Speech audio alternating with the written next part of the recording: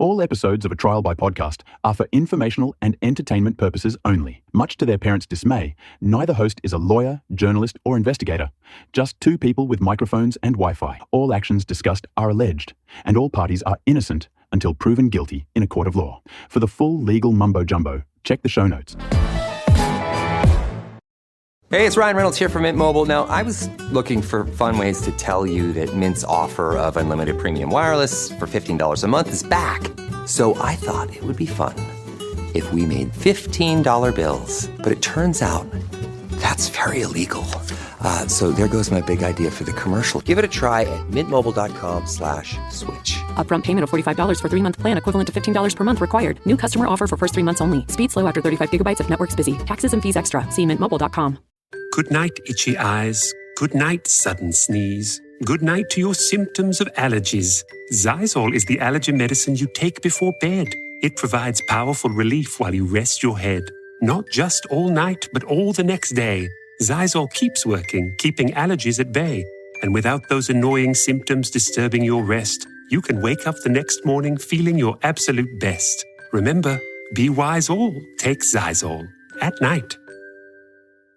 Subtle results, still you, but with fewer lines. Botox Cosmetic, out of botulinum toxin A, is a prescription medicine used to temporarily make moderate to severe frown lines, crow's feet, and forehead lines look better in adults. Effects of Botox Cosmetic may spread hours to weeks after injection, causing serious symptoms. Alert your doctor right away as difficulty swallowing, speaking, breathing, eye problems, or muscle weakness may be a sign of a life-threatening condition. Patients with these conditions before injection are at highest risk. Don't receive Botox Cosmetic if you have a skin infection. Side effects may include allergic reactions, injection site pain, headache, eyebrow and eyelid drooping, and eyelid swelling. Allergic reactions can include rash, welts, asthma symptoms, and dizziness. Tell your doctor about medical history, muscle or nerve conditions including ALS or Lou Gehrig's disease, myasthenia gravis, or Lambert-Eaton syndrome, and medications, including botulinum toxins, as these may increase the risk of serious side effects. For full safety information, visit BotoxCosmetic.com or call 877-351-0300. See for yourself at BotoxCosmetic.com. Deborah had to have surgery. I had hip surgery in November of 2024. Her United Healthcare nurse, Crystal, checked on her. We do a routine call after surgery, and I could tell that she was struggling. Deborah needed help. My infection markers were through the roof. And Crystal knew what to do. I called the hospital and said she's coming in. And got Deborah the help she needed. Crystal and United Healthcare saved my life. Hear more stories like Deborah's at uhc.com. Benefits, features, and/or devices vary by plan area. Limitation and exclusions apply.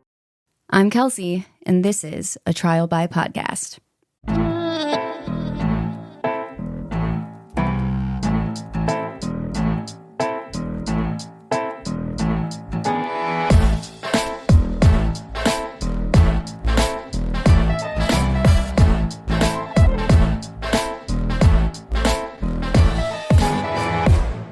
Hi, everyone. It is future Kelsey coming to you. So this episode that you're about to hear was recorded about a week ago. And I wanted to put in a little notice in the beginning because I think things have changed for me since recording this episode. This episode was recorded on a Sunday, last Sunday, and then part 1 came out Monday.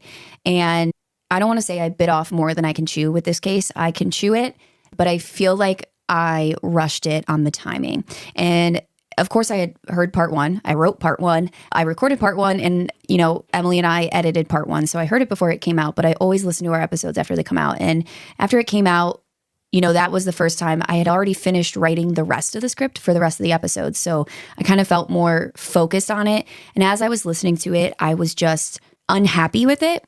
I just felt like I did not do what I had set out to do, which is tell both sides of the story. And I was unhappy with the amount of information that I was able to find about Meredith. I spent weeks just on part 1 and part 2 researching and writing. I dug for information about Meredith, but it's difficult. And I'm going to try and keep it clear and concise here up front because I know you guys just want to get to the story. But at the end of this episode, I had already recorded something to insert into here to kind of tell you the schedule, but I was very upset. I just finished a book written by Meredith's father, so you may or may not hear a longer explanation and stuff at the end where I'm just literally in tears. So sorry, I'm a baby, but I have now taken a break and have calmed down a little bit. And I just wanted to put something clear and concise up front to let you know how things are going to go and why. So I was kind of digging for more information. I wanted to find more information about Meredith. And also after recording part 2, which we recorded twice, which will be explained to you in just a moment when we get to the original recording, I felt like, wow, I came into this thinking that Amanda and Raffaele were innocent. And I just felt like everything I was finding was supporting that theory. So overwhelmingly so that I just could not understand how they ever could have been convicted. And to me, that I felt like, well, this can't be right. I'm missing something. I am missing the evidence against them. And now some of this I do touch on, or I already knew, and I see why it's later refuted. But I just felt like I didn't have all the information I needed to do the story justice. So I started digging for more. And this is when I discovered that Meredith's father had written a book on the case. And obviously, this book was an incredible source of information about Meredith's life and who she was.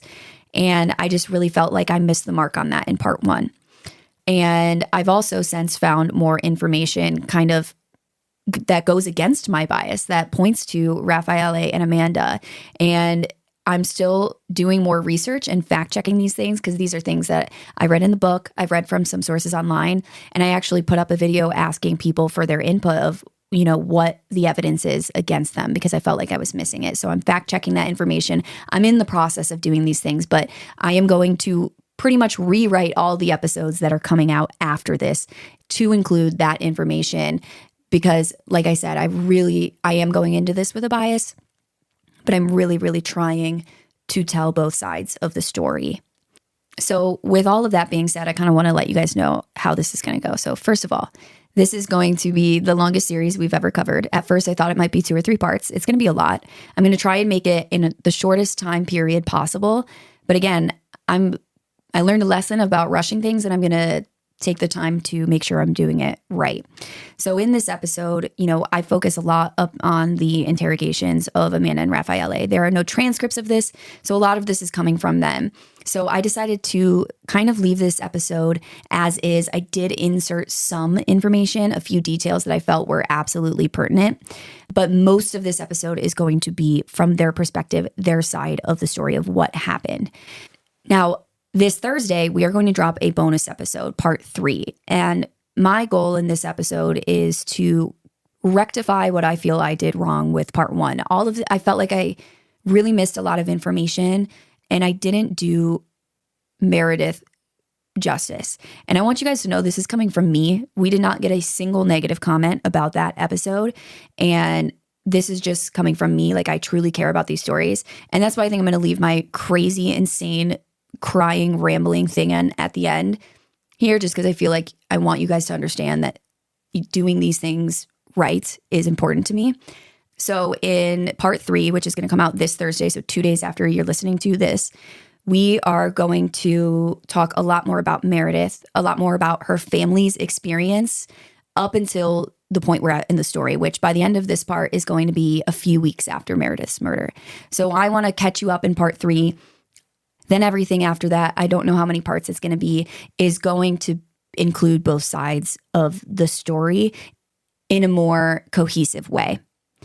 Now, I'm going to add, even after we finish this case, I think we're going to be dropping a couple extra episodes with some exciting guests who are professionals, because I think this case is so complicated, and I really want to get some professionals' opinions. So I've had a couple people that are agreeing to come on the show. We haven't officially set it up yet, so I don't want to promise you guys anything in case anything happens and it doesn't come through.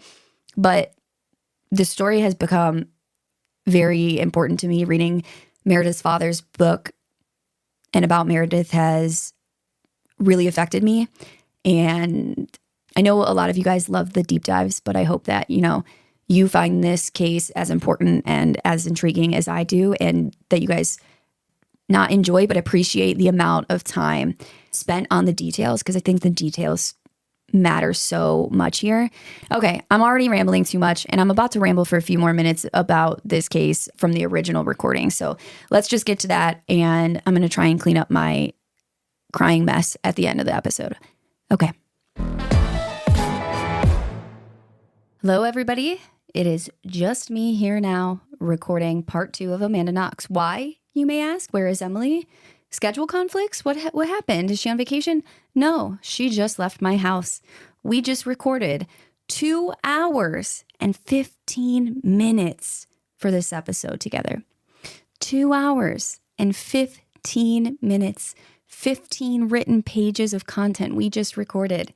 She left my house and I went to listen back to it, do a little edit. Audio's fucked. Completely. It sounds like we're in a fishbowl. I don't know what happened. I checked all the equipment. I selected the right mics. All the settings were right.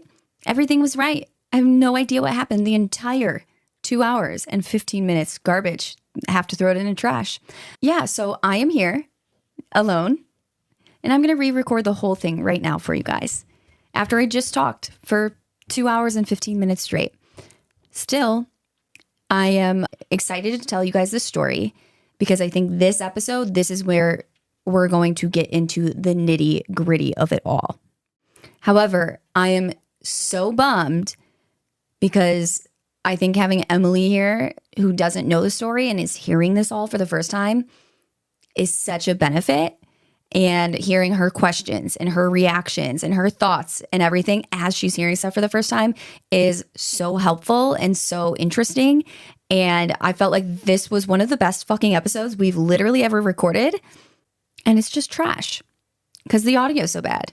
So I am a little bit bummed, but I'm going to do what I got to do. Emily's about to go on a trip, so we will not have time to record again before this episode has to come out. So it's just going to be me today. But luckily, I think there's so much content here, and the story itself is so fucked up and interesting and intriguing in and of itself. And the good news is when Emily gets back from her trip and we record part 3, because this is going to be at least 3 parts, she will be up to date on what is going on because she already heard me tell her everything that I'm about to tell you guys. So she'll be up to date. She'll be back for part 3. I'm really sorry about this. I don't know what the fuck happened. So if you're upset about it, I'm more upset. I promise you that. But let's get into it. So last week's episode, we talked all about the crime scene and everything. Oh, no, I wanted to start with an update about the show on Hulu. So since we recorded last, the first 2 episodes of the show were released. I've only seen the first one. Emily hasn't seen any of them. But I did realize that the show is actually executively produced by Amanda Knox, which is really interesting. And I found the first episode. I was surprised by the stylistic choice of the first episode. And if you guys have seen it, you probably know what I mean. There's very like intense color grading, like very vibrant colors to the point it looks unnatural. There's like these weird montages and like camera angles and all of this stuff. It's very artsy fartsy, which is not the lens that I would have framed for this story in particular. But I'm interested to see where they go with it. I'm 50-50 on whether or not this show is going to be good. I think when you guys are listening to this, it's going to be Tuesday, so episode 3 should be coming out the next day. But yeah, I'm really interested to see how the show goes, and I want to know for you guys who are watching it, what you guys are thinking about the show. If you haven't seen the show, you don't know what I'm talking about. The show is it's a series. It's not like a documentary style. It's actors. It's on Hulu. But don't worry, if you're not watching the show, you don't want to, you don't have Hulu, whatever, you don't need to watch the show for this to make sense. In fact, I think if you watch the show, I think you're probably going to have some questions that we'll probably answer in our episodes. So with that all being said, I wanted to add one more thing about the crime scene that we didn't mention last week. And this is because this wasn't noticed at the initial walkthrough of the crime scene. And that is the fact that there were 300 euros in cash that were missing from Filomena's room. I don't know exactly when they figured this out, that this cash was missing. I have a theory. We'll get to that later. But it is kind of important for you to know that up front. But we'll touch back on it later. But since I forgot to put it in last week, I wanted to make sure you guys knew. Now, in the early stages of this investigation, it is alleged that Mignini began to form a theory. Now, I don't know exactly when this theory was born or when it died, but I know it was dead by the time Amanda and Raffaele were indicted because it wasn't the one they used in their court hearings. According to Rolling Stone magazine, this theory was that Meredith had been killed during a satanic ritual. Mignini actually told Rolling Stone in an interview years later that in his view, quote, things are often touched by Satan, end quote. We also know this from his work in the Monster of Florence case. And do you remember that journalist I mentioned last week where he had wiretapped the journalist's phone and apparently this was illegal? There were charges filed against him for this. Well, apparently he did this because he believed that the journalist was practicing Satanism.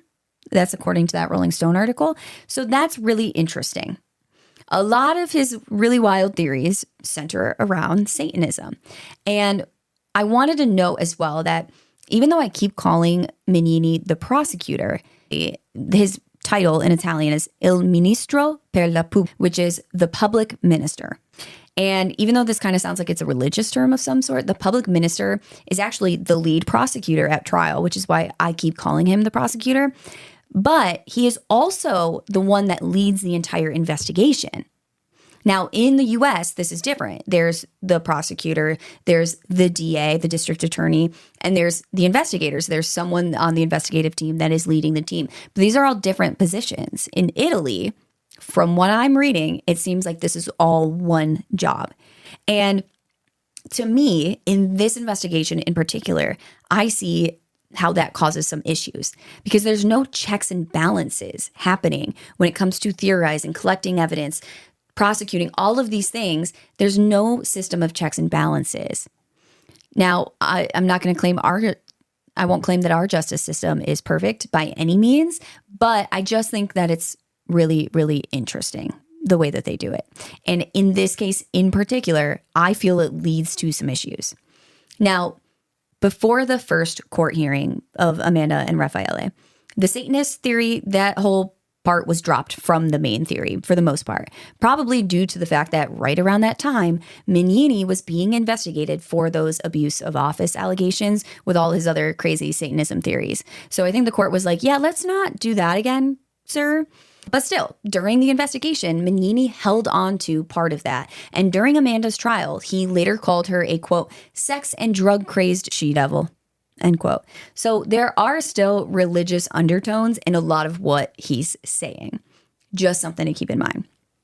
Now, where we left off last week, Amanda was being asked to go down to the police station, La Questura, and they were going to ask her some questions. So she and Raffaele obliged, and they weren't the only ones that went down there. Filomena, her boyfriend, Meredith's British friends, tons of people, the guys that lived downstairs, Laura, her friends that she was with. Again, I know Laura's pronounced Laura, but I went with Laura last time because Americans are going to think I'm an asshole if I say Laura, but I don't know why I did that. I should have just said Laura, but now we're sticking with Laura. Get with the program.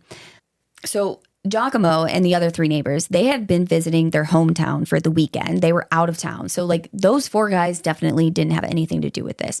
And they get a call. And of course they return as soon as they get this call and they head into the police station. Giacomo immediately approaches Amanda there and he's asking her what happened because she was the first one to kind of find the crime scene per se. And Amanda tells him that Meredith's body had been stuffed into her wardrobe.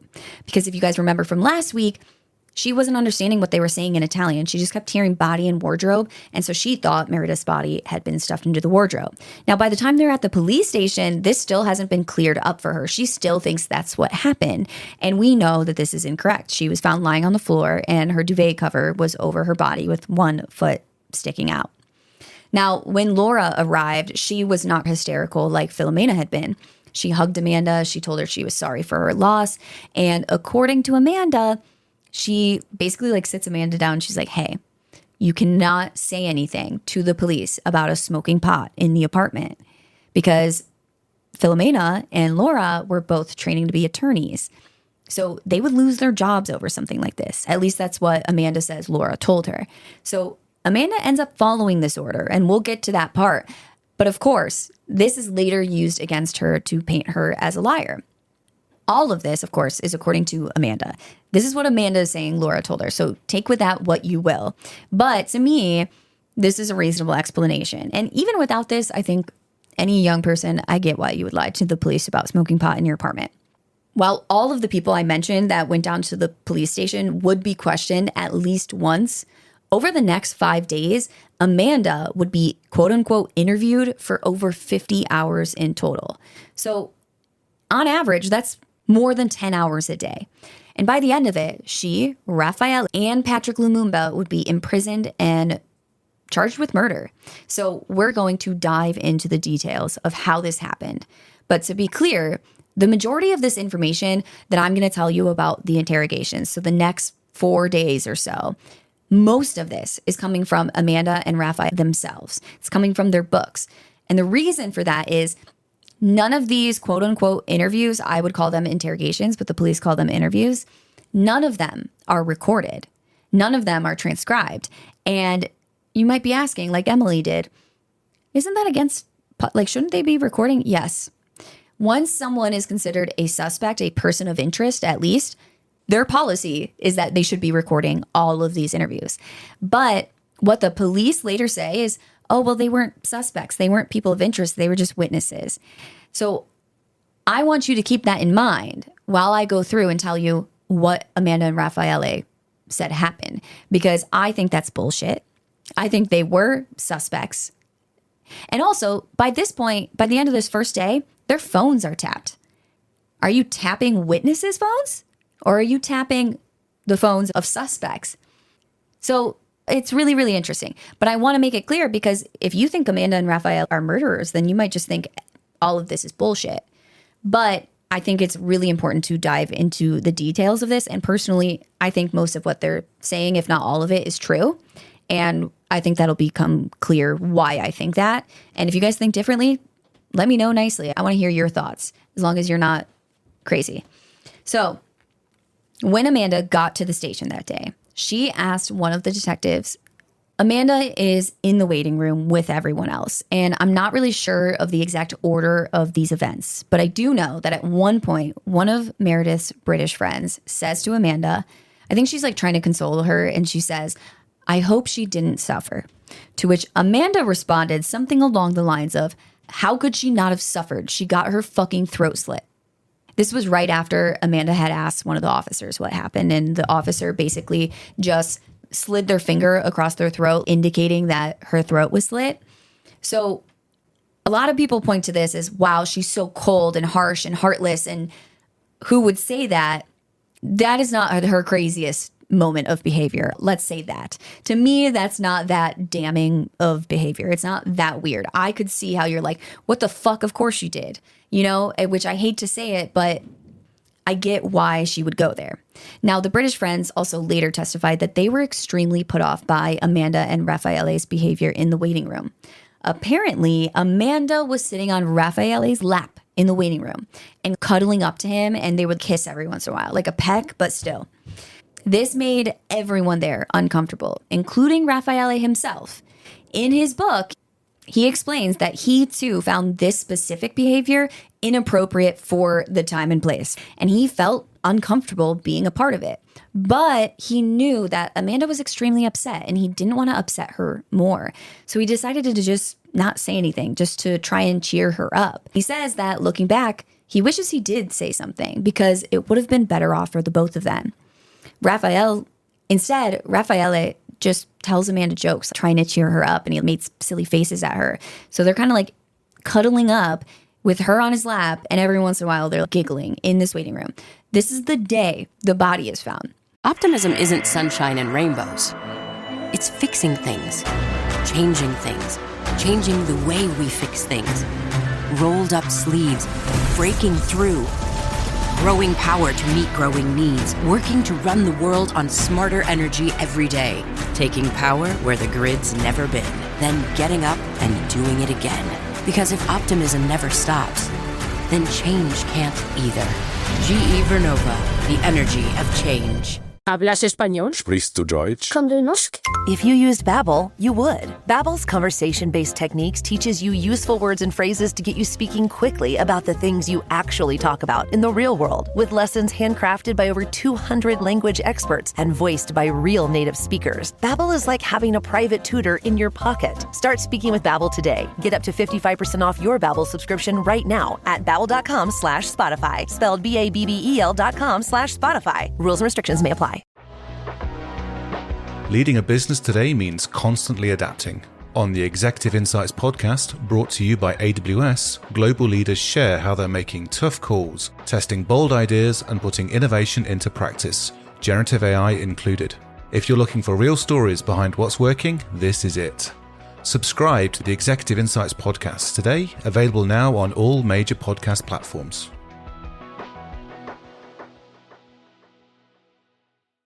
This is an ad. I hate An ads! ad for crisp, refreshing Angry Orchard hard cider.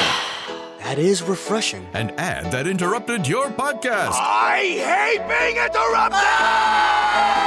To remind you to stop being angry at me and crack open an Angry Orchard. That's a good idea. Don't get angry! Get Orchard. Angry Orchard Cider Company, LLC. AngryOrchard.com. Please drink responsibly. Angry Orchard is a hard cider with other natural flavors.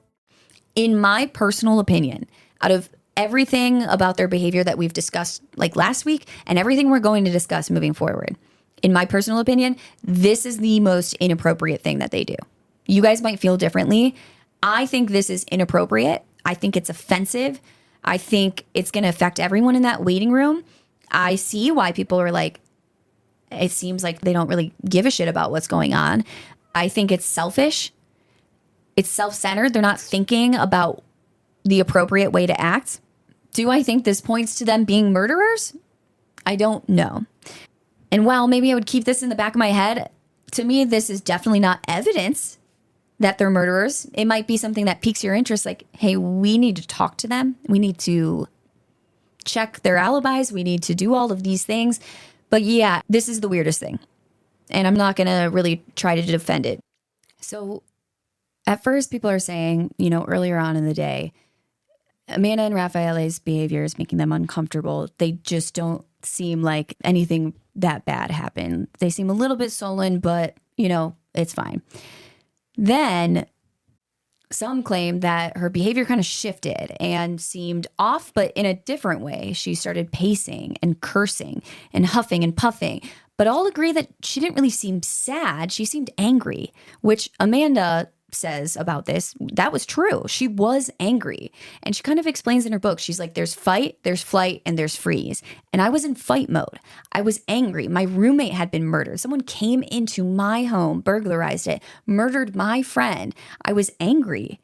And I can kind of understand that. Do I think I would act like this? I hope not. But I understand, what she's saying about being angry. While in the waiting room, Amanda also was writing in her notebook about her day. This notebook was later confiscated by police. And as you can imagine, pretty much everything she was writing in it was then used against her, not only by the prosecution, but also by the media, because it was leaked to the media.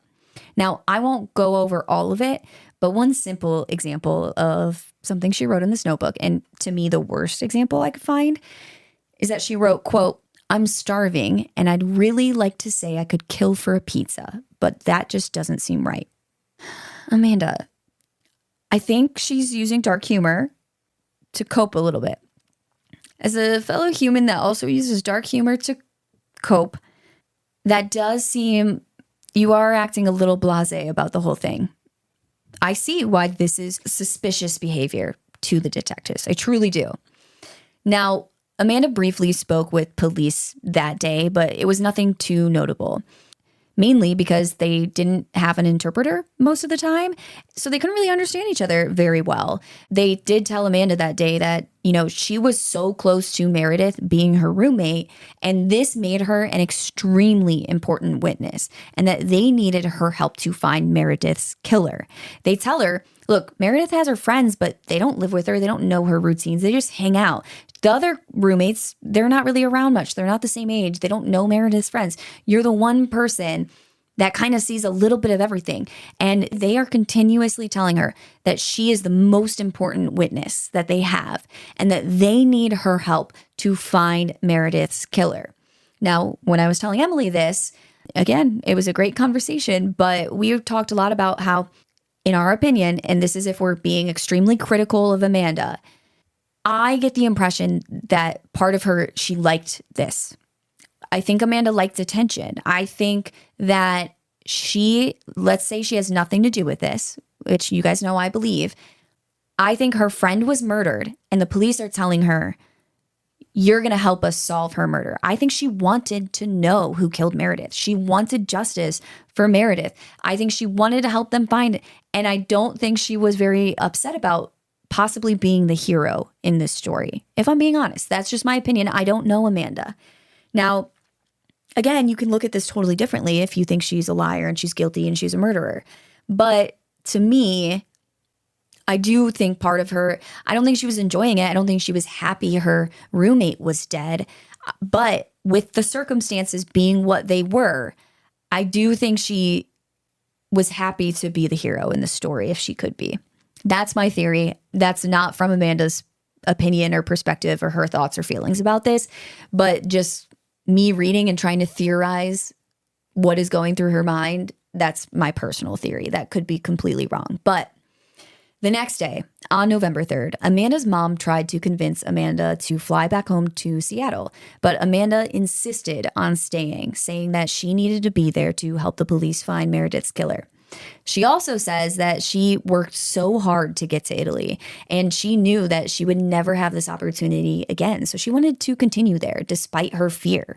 She knew that her family wasn't poor by any means. Obviously, she's studying abroad. She had gone abroad before, but they also weren't able to just, oh, let's try again next year. We'll just send you back to Italy next year. This was a once-in-a-lifetime experience, and she didn't want to miss out on it. And I personally completely understand that. But I think a lot of it is the police are telling her, no, you're our most important witness. We need you to help us find Meredith's killer.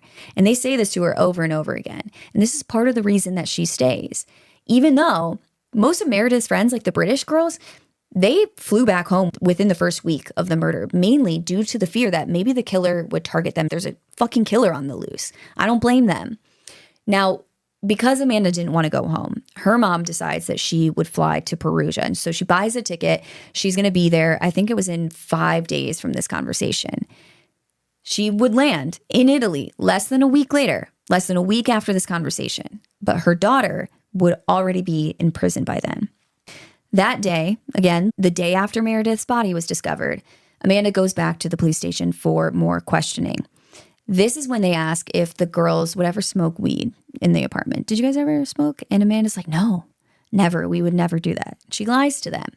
And this, of course, we know, comes back to bite her. They also asked Amanda to identify some people in Meredith's photos that were taken on Halloween.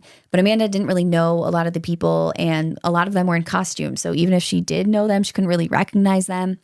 They also asked for a list of anyone and everyone who had ever visited number 7 Via della Pergola, and how many times they visited, what was their relationship to Meredith, how long did they know each other. On top of all of this, Amanda turned over the names and phone numbers of every contact she had in her phone that was in Italy. Not her friends back at home, but everyone in Italy. She's trying to give them as much information as possible. At some point this day, police took Amanda back to the house to have her look around the guy's apartment downstairs and answer some questions.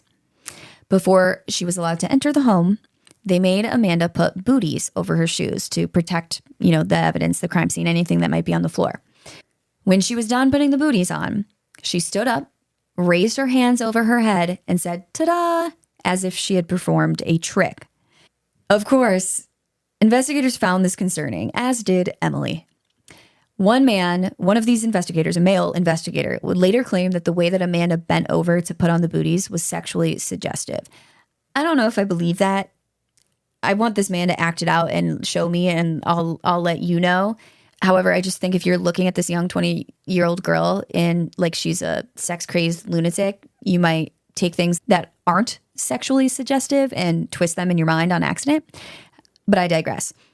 However, I do think the whole ta-da thing when you're about to enter a crime scene, you're just, everything she does, you're like, Amanda, you're not helping yourself. Like, that is inappropriate. And she could tell in the moment from their reactions that it was inappropriate.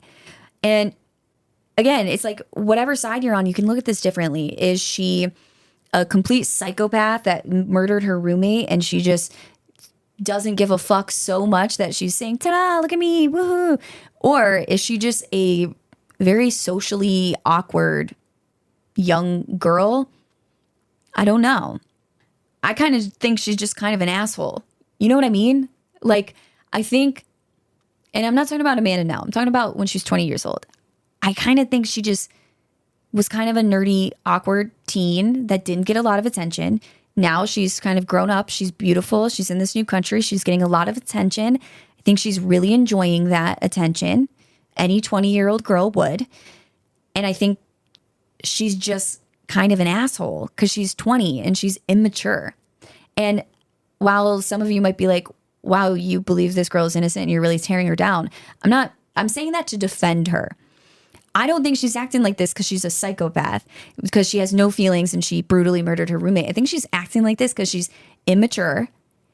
She's getting a lot of attention and she's kind of an asshole because she's immature. I was kind of an asshole when I was 20, 100%.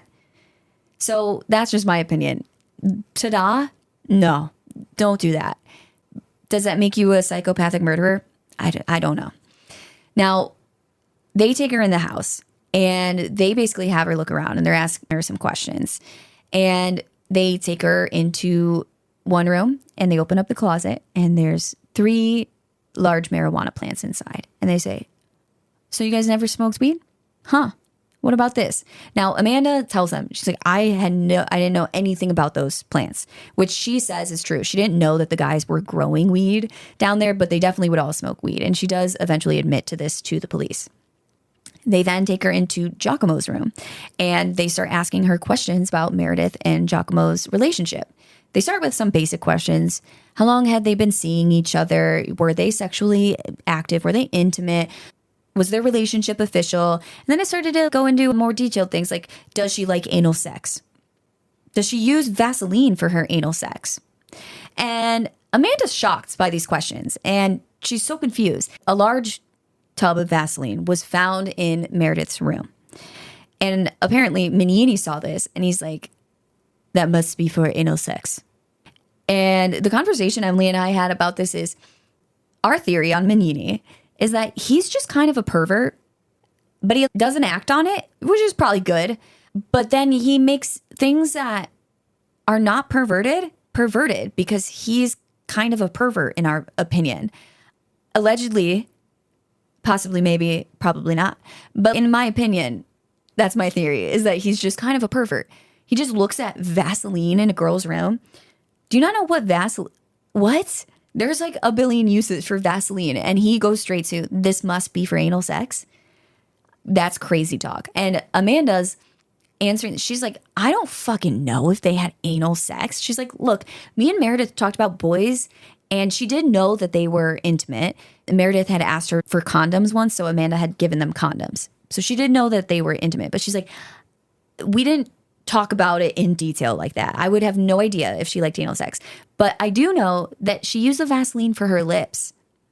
And I don't think she's using the Vaseline for anal sex and then dipping her finger in and using it for her lips. Okay? I think the Vaseline is probably for her skin and for her lips. Maybe if she cut herself or something once, put some Vaseline on it. That's crazy talk. But yeah, this is the type of interrogation she's getting on day 2. This is day 2. Then they take her in the third room, and this third room was one of the other roommates' rooms. It was not Giacomo's. I did not put in my script which roommate it was, so I apologize, and I don't remember. But there was blood on the bed, and they were asking Amanda if she knew anything, like why there would be blood on the bed. She didn't know. This guy apparently didn't know. From what I read, the theory is that the blood was from the cat. I don't think anything bad happened to the cat. I think it might have been on its period. I don't know. But this never really comes back up, so I don't think this blood was at all related to the case. But it's just really interesting that Amanda, why are they taking Amanda out of everyone? Amanda's the only one. I don't know if they later, I'm sure they later take the guys back to the house, to their unit and have them look around. But they don't bring Laura or Philomena with Amanda for this first outing to the house to look through the guys' unit. So that's really interesting. She's already being singled out. And remember, her phone was tapped the night before. So after all this, they go back to the station for some more questioning. And when this is all said and done, Raffaele picks Amanda up. Now, Amanda had not been allowed back in the girls' unit yet. She was not allowed back in her own home. She wasn't allowed to go get clothes, not even underwear. So she's still in the clothes from yesterday, and she had started her period. So no one wants to be in dirty underwear anyway, but when you're on your period, you definitely don't want to be in dirty underwear. So Raffaele takes her to this cheap store, and the way that they describe the store makes me think it's like almost like a Forever 21. Like it's just like cheaply made stuff that doesn't last very long, and it's kind of for like young girls, like teens, maybe early 20s type of thing. But yeah, it gives me a Forever 21 vibe. And he takes her to the store to buy underwear. Now, why just underwear? Well, remember, Amanda's mom was supposed to be there in, I think, 4 or 5 days from this day. Amanda's mom was coming. And I don't know, she basically was saying she was waiting for her mom and then she would get clothes. I don't know if that meant her mom was bringing her clothes from Seattle, or if she just wanted her mom to take her shopping because she didn't want to have to pay for all the stuff herself. I think either's a possibility. And to me, both make sense. Like, you're going to buy a whole new wardrobe when you're 20 years old. Like, no, you know? So she just buys underwear. She had been borrowing like Raffaele's clothes in the meantime, wearing his sweatpants, stuff like that. This underwear like came in a pack with, 3-pack or 5-pack or something. This is cheap red, like cheeky brief underwear. It's red, and apparently there's funny prints on it. I read 5 different things that apparently this underwear said on the front of it. I didn't put any of them in because I couldn't figure out which one was true, if any. But it said something funny. It was just like a silly, kind of like childish pair of underwear, okay? And so apparently, this is according to Amanda and Raffaele, they're standing in line, like waiting to check out. And Amanda makes a sarcastic joke about the juvenile print on this underwear. And Raffaele then jokes back, saying something along the lines of like, oh, can't wait to see that on. Because the joke is that this underwear is fucking ridiculous. Like, it's not cute. It's not hot. It's not sexy. It's none of the things. And so they're being sarcastic about this. This is what they're saying. However, the shop owner, who I believe probably checked them out, would later sell this story to the press, saying that he heard Raffaele tell Amanda something like, quote, I'm taking you home right now so we can have wild sex together, end quote. And so this is blasted all over the press. I don't think, not the very next day, but like within the coming weeks, this story is sold. By the way, I don't think this shop owner spoke fluent English, and Raffaele and Amanda had this conversation in English. So I don't know if this was the guy, mistranslated. I don't know if he's telling the truth and they're lying, or if they're telling the truth and he just made this shit up to sell a story. I don't know what it is. But it's blasted through the international media. Foxy Knoxy, Raffaele buys Foxy Knoxy sexy lingerie the day after her roommate's brutally murdered. Like, headlines like that. It was not lingerie. It was underwear that came in a packaged bag. It was juvenile. It was not sexy. It wasn't hot. It was none of the things. And this is really when the press dives deep into, oh, Amanda Knox is a sex-crazed, man-eater, evil, whatever. It all starts with this underwear, okay? Because she was on her period. Which, by the way, that makes the whole, we're going to go home and have wild sex together joke. It's like she was on her period. So crazy shit.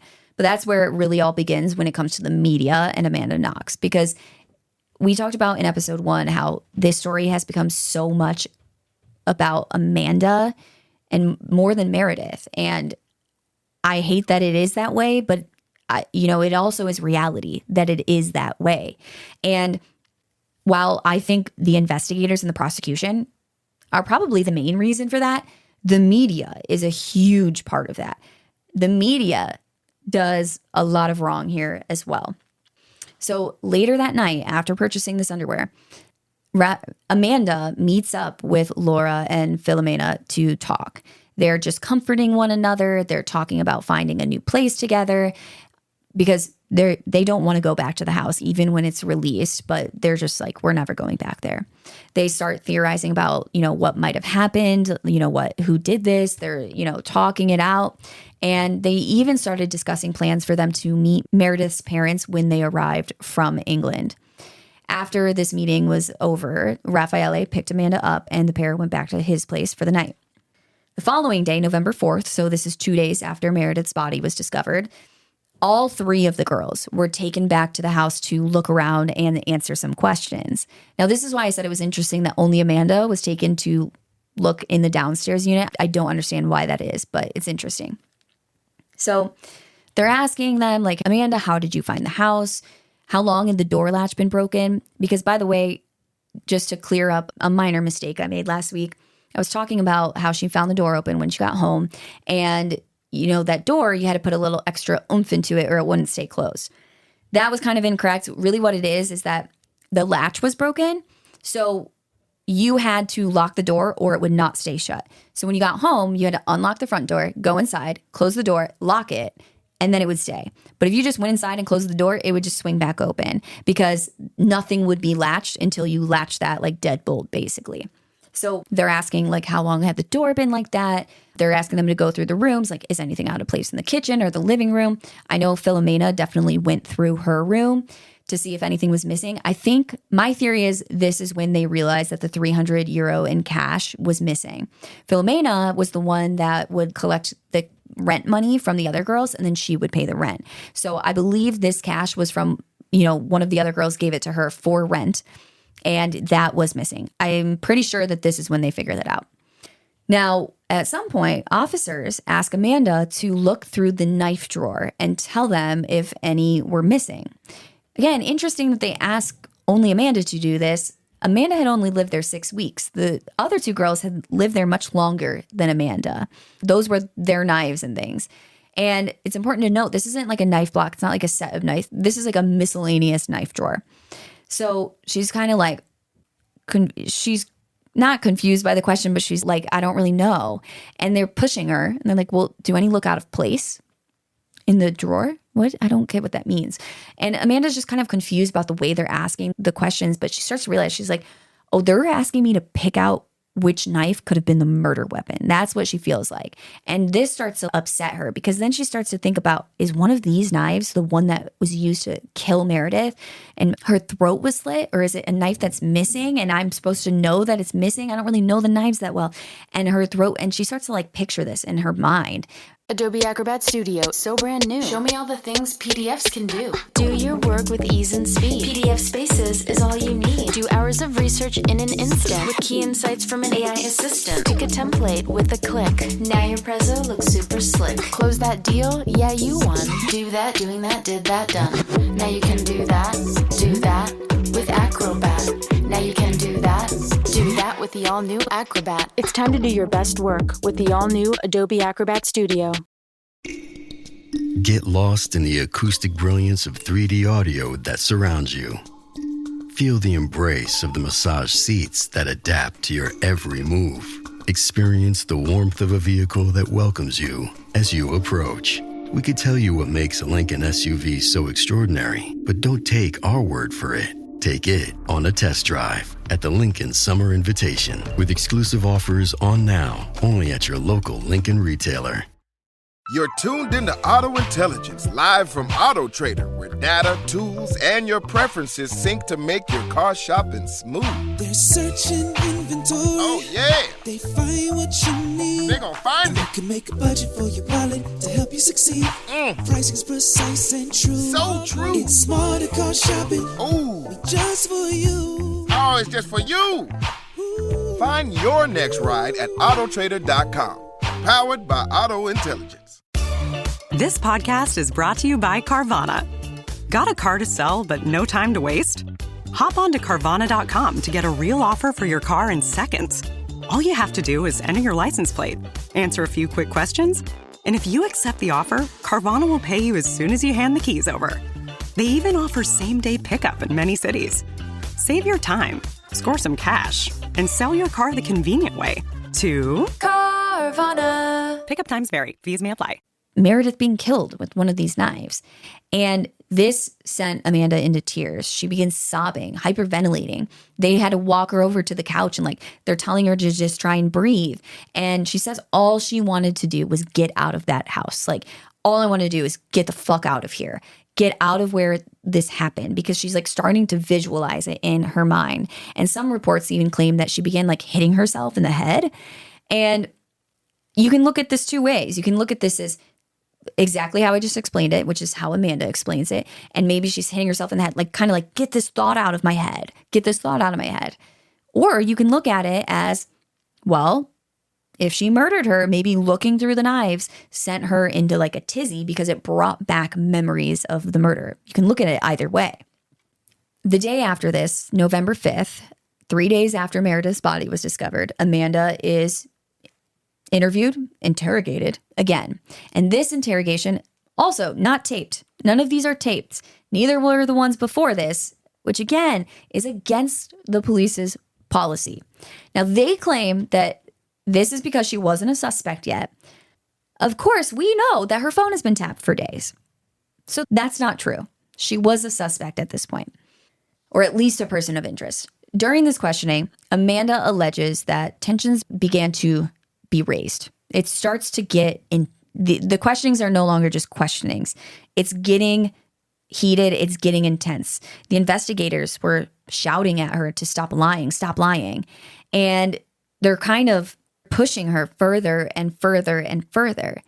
And Amanda's so confused. They keep telling her to stop lying about things. Like they'll ask her a question. They're like, no, stop lying. And telling her she needs to remember. And she doesn't really get what's happening. And then it's starting to hit her because up until this point, she had no idea that they're looking at her for this. She truly believed that she was just this really important witness that was going to help them find Meredith's killer. And they start screaming at her, yelling at her, and she still doesn't really realize what's happening. She starts to think, oh, they think I know who did this. So she doesn't think they're looking at them. She thinks, oh, they think I know who did this and I'm not telling them because that's what they think I'm lying about. That's her thought process.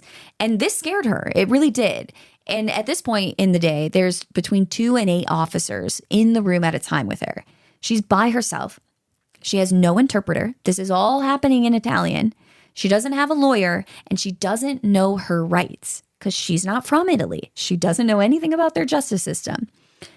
And everything's being lost in translation. She's not understanding their questions. They're not understanding her answers. She's not making any sense. She doesn't have the vocabulary to be discussing a murder. And by this point, the police were just basically calling Amanda in at any time of day, early in the morning, late at night. Oh, she got home at 2 a.m. Let's call her back in at 6, whatever it may be. That's not exact, but that's just an example. She wasn't sleeping. She hadn't been sleeping. Even when she did have a few hours to try and sleep, she kind of felt like she couldn't. She's having nightmares. She's scared. She didn't want to be alone. She started to feel like she was losing it a little bit. And that evening, they let her go back. And that evening, there's a memorial for Meredith. But Raffaele couldn't attend. I believe this was because he had to work on his thesis. Because if you guys remember, he's about to graduate. His thesis is due in like less than 2 weeks from this point. Maybe even a week. He's trying to finish his fucking thesis and he keeps having to drive Amanda back and forth, back and forth, back and forth. And he's having to go in and be questioned too. And so since Raffaele couldn't go, Amanda says she was too nervous to go by herself. She was scared to go anywhere alone. So she stayed with Raffaele. This is another thing that people point to of why the fuck wouldn't you go to this? And personally, I agree. This is one thing I will say. I think it's weird. I understand not wanting to be alone. I totally understand being afraid. But I would imagine that other people that she knew very well were there, like Laura and Philomena, the British girls. I don't know for certain that they were there, but I'm pretty sure because I think otherwise they would point it out just like they're pointing it out for Amanda, but maybe that's not true. So I do find this a little bit odd. Does this make her a murderer? I don't know. Now, that night, the night of the memorial, Raffaele gets a call from the police asking him to come in. And he kind of pushes back. He's like, I gotta work on this thesis. I can't come right now. And they're like, doesn't matter. You gotta come. And again, Amanda's too scared. She does not want to be home alone. So she goes in with Raffaele. And when they get there, the police take Raffaele back to interview him. Meanwhile, Amanda's sitting in the waiting room. At some point, an officer that she didn't really know the name of, but she kind of recognized she had seen him before. This guy approaches her because basically the point is she doesn't have bad interactions with this officer yet. Okay. He approaches her and he's kind of like, hey, since you're here, do you mind if I ask you some questions? And Amanda's like, I mean, yeah, that's fine, but I've told you guys everything I know. And she later explained that she felt like they were trying so hard to get something out of her, but she had no idea what it was. They weren't telling her what they wanted out of her, and she couldn't figure it out. So she just keeps answering the same questions over and over and over again. And she's starting to realize, oh, I feel like they're looking for an answer and I don't know what it is. I'm missing something almost. And so this guy starts asking her questions and she's answering a lot of the same questions that she had already been asked. Stuff like who she knew, who would come to the house, who would visit the guys downstairs. She mentioned some of their friends, including their friend Rudy, that they would play basketball with, just basic stuff like that. After a bit, Amanda got up to just stretch a little bit. She touched her toes. She kind of like bent her legs back, stretching her quads. And then she's like reaching her arms up in the air, kind of like twisting a little bit. To me, not weird at all. Those are normal stretches. Nothing weird about those. Here's where it gets weird. According to Amanda, the officer says something along the lines of like, wow, you seem really flexible. And she tells him, oh yeah, like I used to do a lot of yoga. And according to Amanda, he asks her, well, what else can you do? Can you show me? Amanda then promptly does a cartwheel and drops into the splits. Amanda, why would you do that? Why would you do that? And if you guys know anything about this case, even like the tiniest bit, you probably know about the cartwheels thing. Like this is something, again, just like the underwear, this is fucking blasted all over the media when it gets out that she's doing cartwheels in the waiting room while waiting to be interrogated about the murder of her friend. Who does cartwheels? What the hell? To me, honestly, the cartwheel is less weird than the splits. The splits is fucking weird. Let's dissect this. Because there's a few options. If you think she's a murderer, she's a liar. Okay, maybe this is a lie. Maybe the officer never asked her that and she was like, let me show you what I can do. Or maybe she just broke out and did it without even prefacing it. Okay, that's option one. That's especially fucking weird. Option two, it happens exactly as she says. He asks, what else can you do? Can you show me? First of all, weird of the officer to ask that. Personally, I feel like I'd be like, oh, show you? Like right now? I feel like I would ask follow-up questions. Right now? There on the dirty floor? I don't know right now. Third option is that's what happened is like the officer pushed her into it a little bit. Either way, I think it's odd that she obliged. Even if he did ask her, even if he was a little bit pushy about it, this would set off some sort of radar in my mind of like, this is weird to ask me to do this here. Does this make her a murderer or does it make her an asshole? That's what I want you guys to ask yourselves when we're looking at this kind of stuff.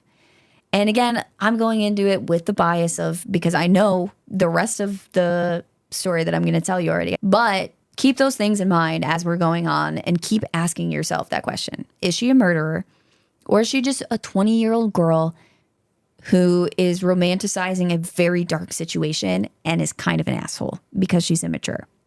Not saying Amanda Knox is an asshole today. Don't think that at all. But I'm saying this in defense of her personally. So she does this cartwheel. She drops into the splits. And as she's on the ground in the splits, the officers that come out to take her into an interrogation room. So they just come out to get her, to ask her questions.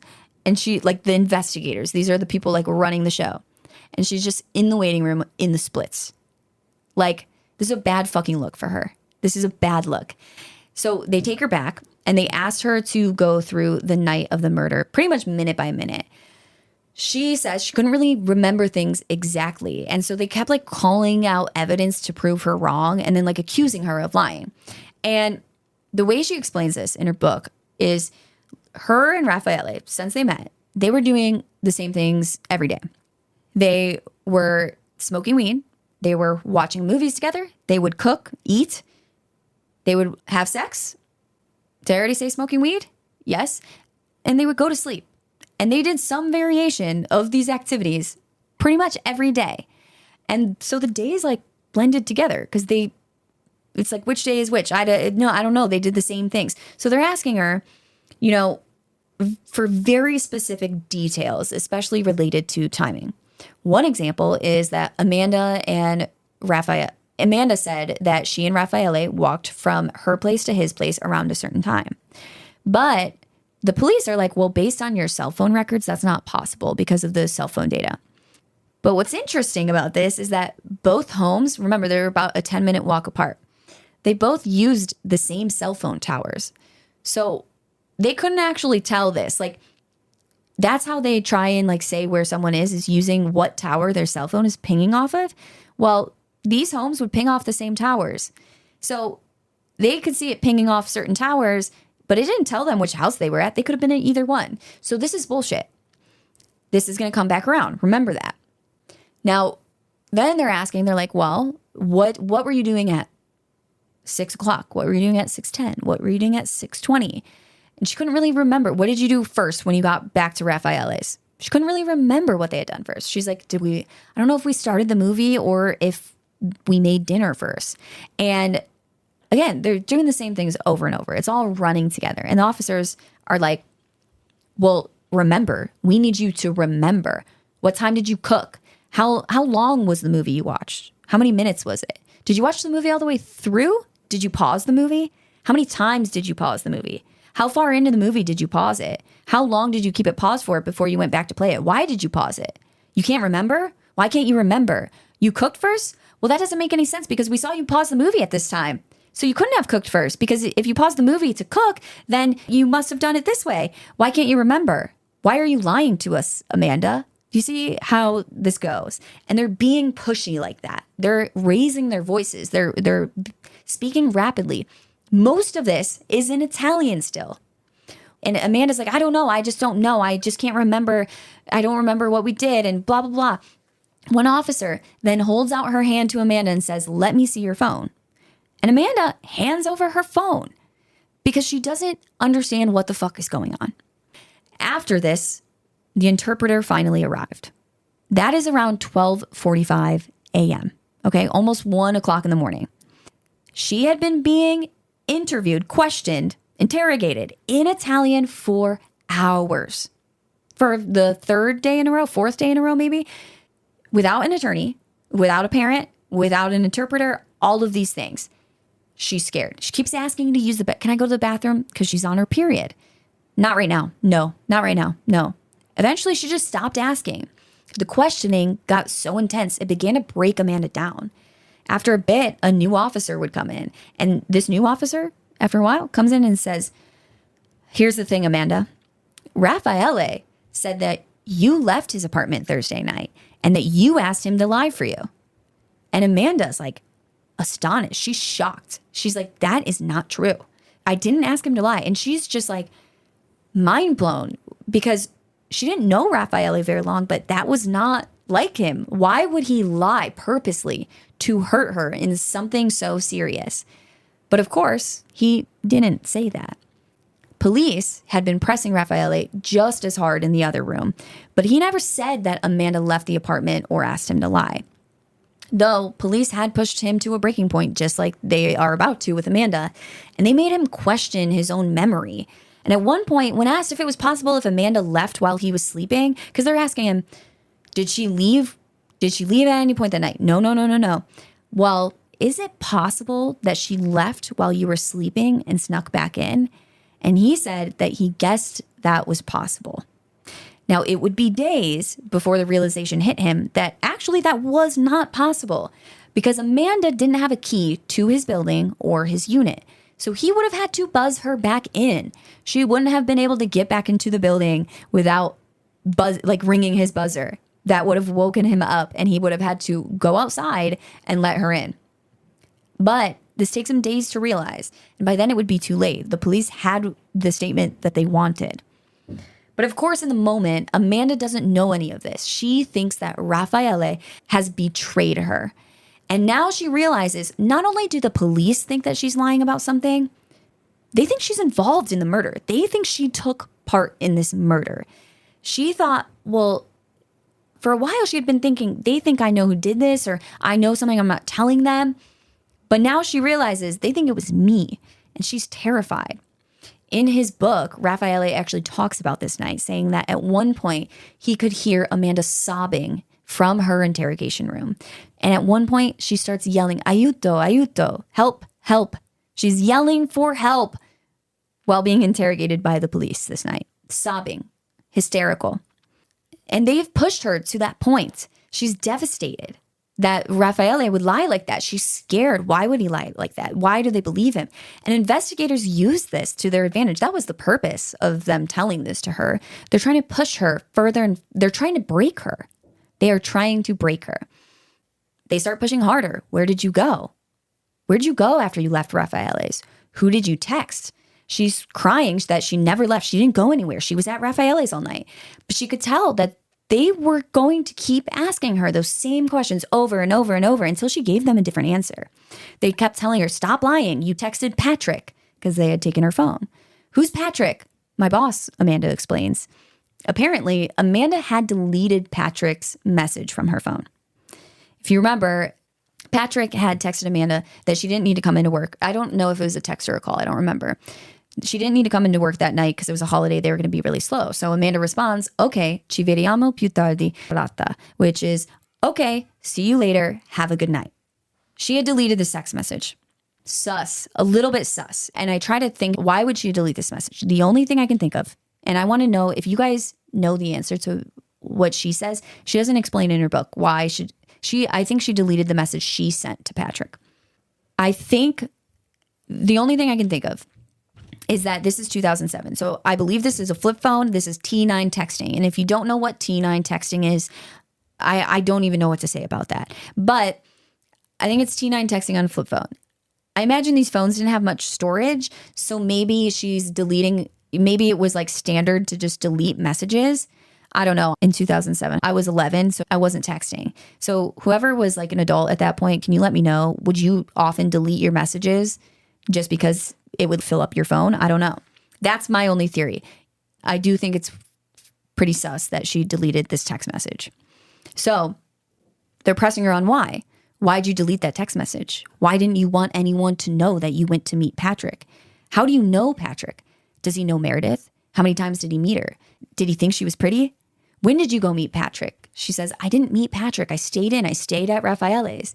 And they tell her, "Stop lying. The messages say that you were going to meet him." And she's like, "No, they don't." And they're like, "Yes, it does. See, look at this text message. Ci vediamo più tardi." That means you're going to see each other. We are going to see each other later. Good night. And she says, "I didn't see him." In English, it means see you later. See you later means goodbye. See you later means I'll see you eventually. It doesn't mean that you're literally about to go see each other. And at this point, the interpreter steps in, calling Amanda a liar, claiming that she's lying about the translation to English, claiming that, oh, see you later doesn't mean goodbye in English. She's lying about that. And this interpreter fucking sucks at her job, obviously, because anyone who's American, I don't know if maybe in the UK or something that's not see you later isn't used in the same way. But anyone who's American or has seen the movie Call Me By Your Name knows that see you later is American for goodbye, okay? Oliver be saying later, okay?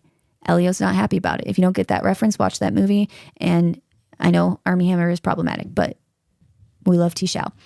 So the interpreter is telling the investigators that this is a lie, that Amanda's lying about the translation.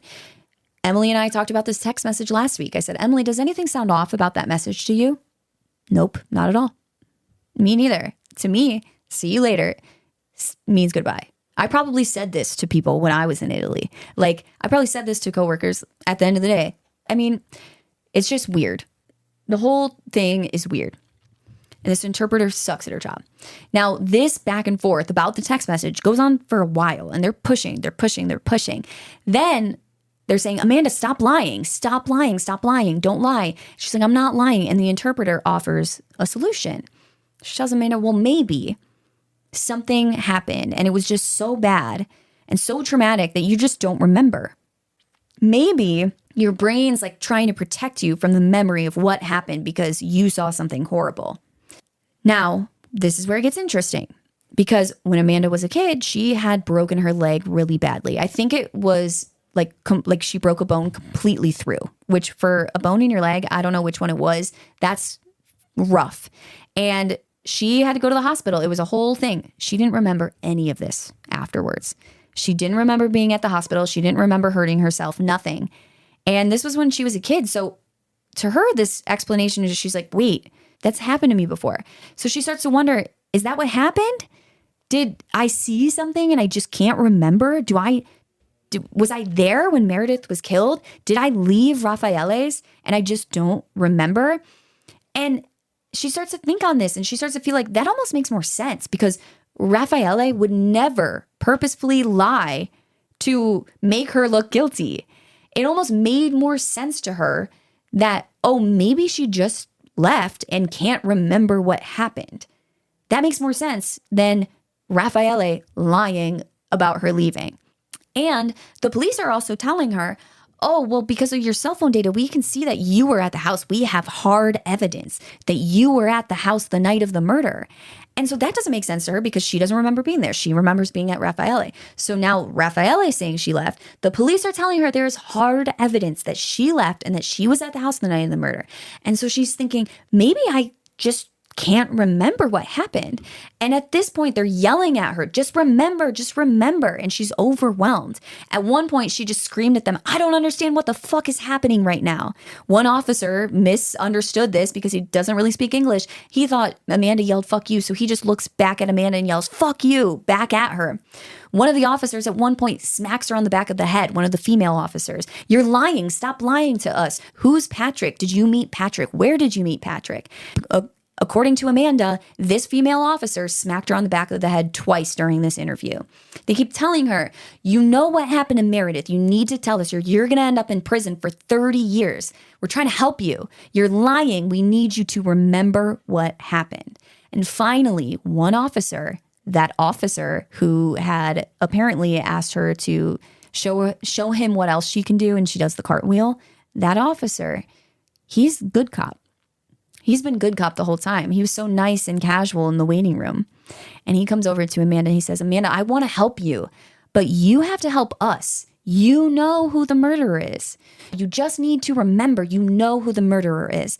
You just need to remember who is the murderer, who is the murderer. And through sobs, Amanda snaps. It's Patrick, she says. She says she was confused. She was seeing visuals. She later explains in her book that she was so confused. She was tired. She couldn't sleep. She's so worked up. Everyone's screaming at her. They're all talking in Italian and they're talking about Patrick. And she starts to see like visuals in her head of Patrick's face. She's meeting Patrick and Patrick in her home, but Patrick's never been in her house. So maybe this is like a flashback. She's starting to remember. They're like shaking her memory loose and they start begging her for more detail. Where did they meet?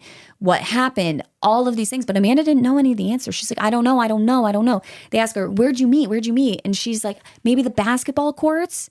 Because the basketball courts were right by her house. She passed them all the time when she was walking places. So she's like, maybe the basketball courts? It's Wednesday, Adams. I see you're trying to distract yourself from your own banal thoughts. Let me help.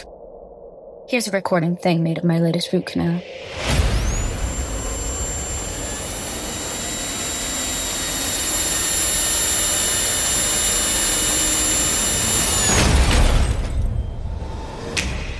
Wednesday Season 2 is now playing, only on Netflix. This episode is brought to you by LifeLock. When you visit the doctor, you probably hand over your insurance, your ID, and contact details. It's just one of the many places that has your personal info.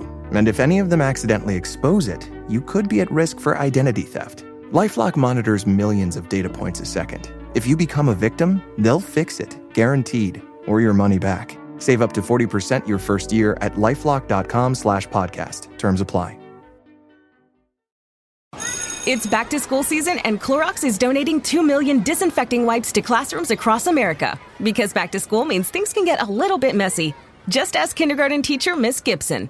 Give me just one Clorox wipe and I'm ready for glitter glue, exploded lunchbox yogurt, peanut butter handprints, runny noses, picking noses, rubbing noses. Touching noses. Thank you, Edward. Ooh, nap mats and lockers and tissue boxes. And Clorox scissors. disinfecting wipes. Teacher's #1 wipe. Clean feels good. Based on unit sales data. $1 million. Free to play. You just need to survive. It's the Fanatics NFL Survivor Pool. Pick one team to win each week. Get it right, move on. Get it wrong, you're out. The last fan standing take home a guaranteed $1 million cash prize. And for every player who joins, we add $1 to the pot, up to $10 million. The Fanatics NFL Survivor Pool. Play free on the Fanatics app. App access open to all. Must be 21 plus and joined by 9/8 to play. No purchase necessary. U.S. only. Void where prohibited. Subject to complete terms. See fanatics.com/game rules. And one important point that I want to talk about is their use of language. And again, remember, this is all according to Amanda because we don't have any sort of recording or transcripts to reference, and that is the police's fault. But in her story, they keep telling her two different sentiments. The first is that you're lying. You're lying. You're lying. Stop lying. Why are you lying to us? And the second is remember. Just remember. You need to remember what happened. And this is really interesting to me because to me, if I hear the first sentiment as you're lying, stop lying, why are you lying? You would expect the second to be, tell us the truth. Be honest about what happened. Tell us what happened. We need to know the truth. But they're not telling her to tell the truth. They're telling her to remember. And to me, saying you're lying insinuates that someone is purposefully telling you something that is not the truth. That's what that word means to me. And when you start saying remember, to me, when you're telling someone to remember something, you are actively acknowledging that whatever you're looking for, whatever information you're looking for is not in their brain in that moment. So these two things don't make sense together in my mind. You're lying, just remember what happened. To me, that shows that the officers knew that whatever they were trying to get her to say was not in her head in that moment.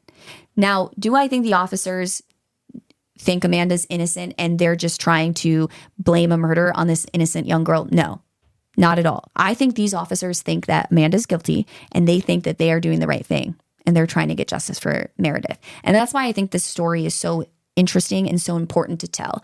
And I think there are so many lessons that can be learned from it. Because I don't think these officers are evil monsters trying to take down an innocent young woman. I think they are morally driven to get justice for Meredith, so much so that it has completely fucking blinded them with their own biases and everything involved. But the just remember, that should be taught to, in my opinion, that should be taught to investigators is, hey, 101, what you don't do. But I don't know. I'm not an investigator. I'm not a psychologist. Maybe that's a great tactic. That seems so sketch to me. So around 1:45 a.m., the officers bring in a paper with a statement that was written completely in Italian. They tell Amanda that this is your official statement and you need to sign it. So she does. The officers then whooped with joy and high-fived each other. Again, if you think you just closed the case, caught a murderer, I get it. I would be whooping and high-fiving too. It's not a good look, though, in this case. They then tell Amanda that they're going to take her somewhere for her own safety. And they take her to a holding cell. And that statement that Amanda had signed, it laid out the following events. Amanda left Raffaele's and met Patrick at the basketball courts. They then went to number 7 Via della Pergola together, and they smoked weed. Eventually, Meredith came home and Patrick had sex with Meredith. It's said that she doesn't remember the details. She, being Amanda, doesn't remember the details of what happened next, but she remembers that Patrick killed Meredith. Okay? That's what the statement says. So you're thinking, all right, they're arresting Amanda. What about Raffaele? Well, despite the fact that this statement and their theory that was forced out of Amanda has nothing to do with him, because apparently she left Raffaele's by herself to meet Patrick, he was also kept in a holding cell that night. Also that night, in the middle of the night, police raided the home of Patrick Lumumba, and his wife and young son watched while he was dragged out in handcuffs and arrested for murder. An innocent man dragged out of his home in the middle of the night. And I think Meredith had been to Les Chic, once or twice. Do you think that she just gabbed in the corner with Patrick the whole time? He didn't even really know who Meredith was except that it was Amanda's roommate. This poor guy. Now, the following day, November 6th, some sort of officer is telling, I don't know if this was like an investigator or this is just someone who like deals with the holding cells, whatever. He's telling Amanda that, look, you better tell the police everything that you know. And like the only way to help yourself is to just be honest. Tell them everything you know. But at this point, Amanda has slept for a night and she's escaped the constant yelling and the pressure and the confusion and all the Italian. And she begins to think back about what she's saying. And she's starting to realize that those flashbacks didn't feel like memories. They felt like a dream. They didn't feel real. She tells the officer that she doesn't really think that what she told them the night before, which it wasn't even really the night before, it was the morning of, because she signed that confession at 1:45 a.m. She's like, I don't really think it was true. And I need to talk to them. I really need to talk to them. I really want to clear it all up. But they refuse to talk to her. However, this officer did allow her to write a letter. Here is what Amanda wrote. Now, this is a few pages long, so please try and use your comprehension skills to understand if I'm using a quote from Amanda or if I'm inserting my own thoughts and comments. If it's unclear, you can email me and ask me, atrialbypodcast@gmail.com.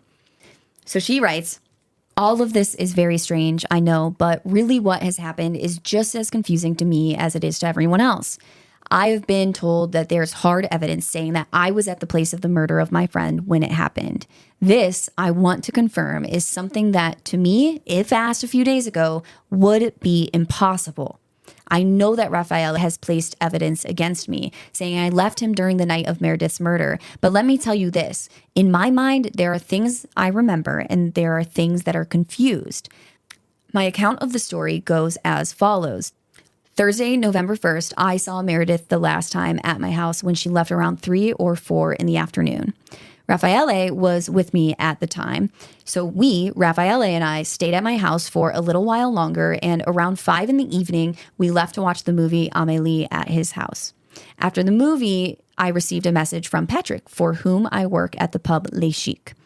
He told me in this message that it wasn't necessary for me to come into work for the evening because there was no one at my work. I also remember now sending the message, Ci vediamo, buona serata, back to him. And this to me doesn't mean I would meet him immediately, especially since I said buona serata. Because buona serata, here's the thing, is like if you were greeting someone, this is Kelsey making commentary. If you are greeting someone in the evening, you would say buonasera, good evening. Sera is evening. Buonasera. When you add the ta at the end, buona serata, that's like a have a good rest of your night. Like serata is like the rest of your evening. So buona serata is more of like a goodbye. Because in Italian and a lot of other languages, like greetings and goodbyes can be used interchangeably. Like ciao in Italian, ciao is hello, goodbye. It's and everything in between pretty much.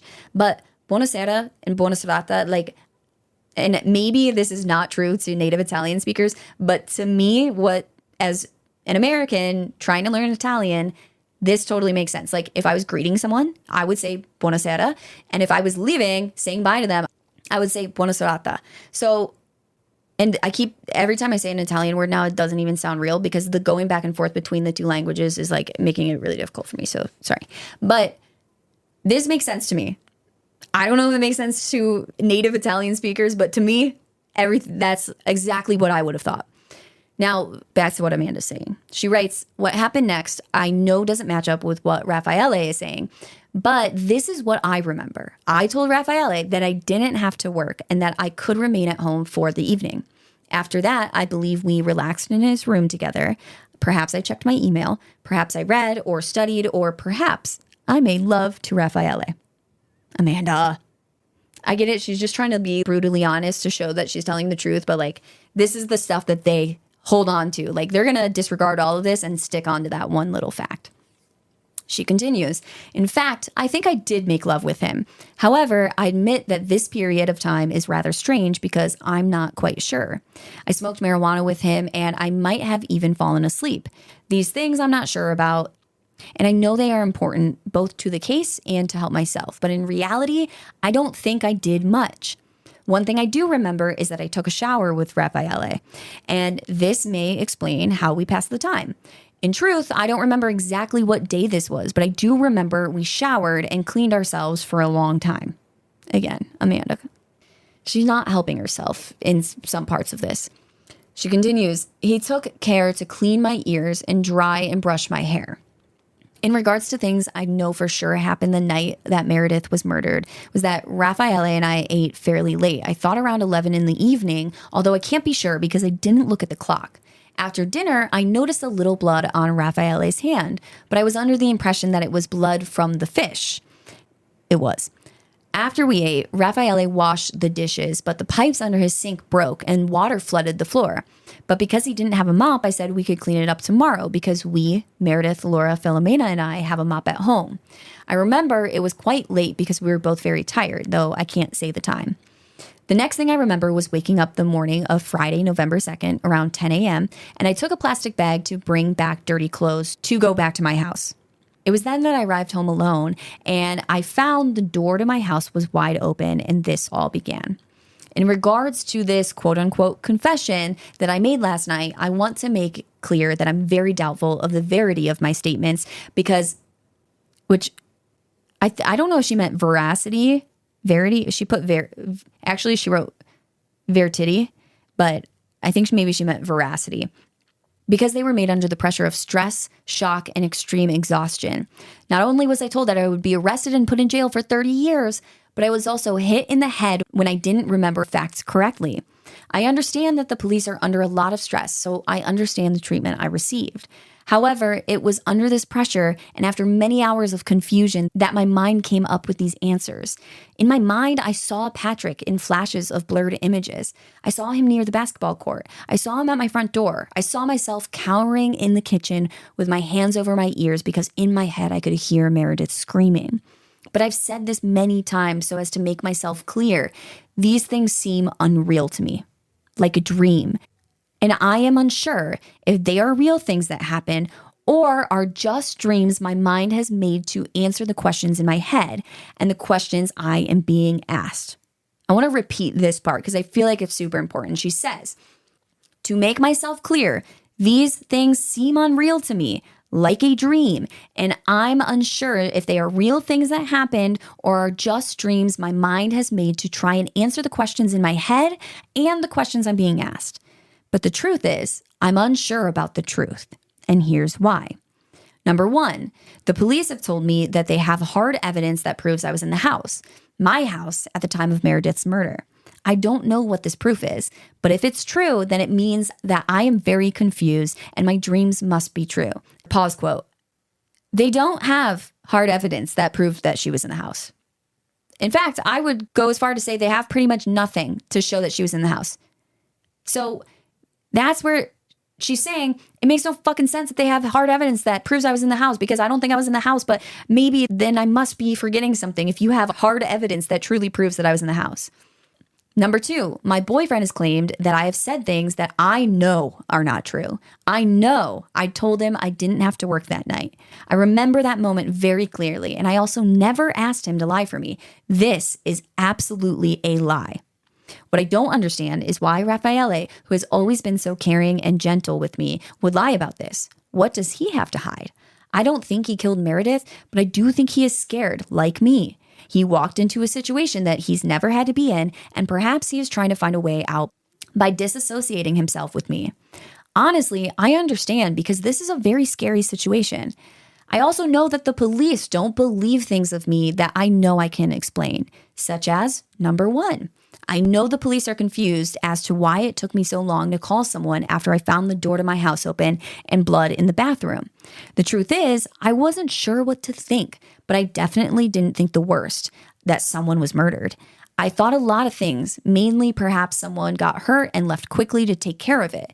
I also thought that maybe one of my roommates was having menstrual problems and hadn't cleaned up. Perhaps I was in shock, but at the time I didn't know what to think, and that's the truth. That is why I talked to Raffaele about it in the morning, because I was worried and I wanted advice. Number two, I also know the fact that I can't fully recall the events that I claim took place at Raffaele's home during the time that Meredith was murdered is incriminating.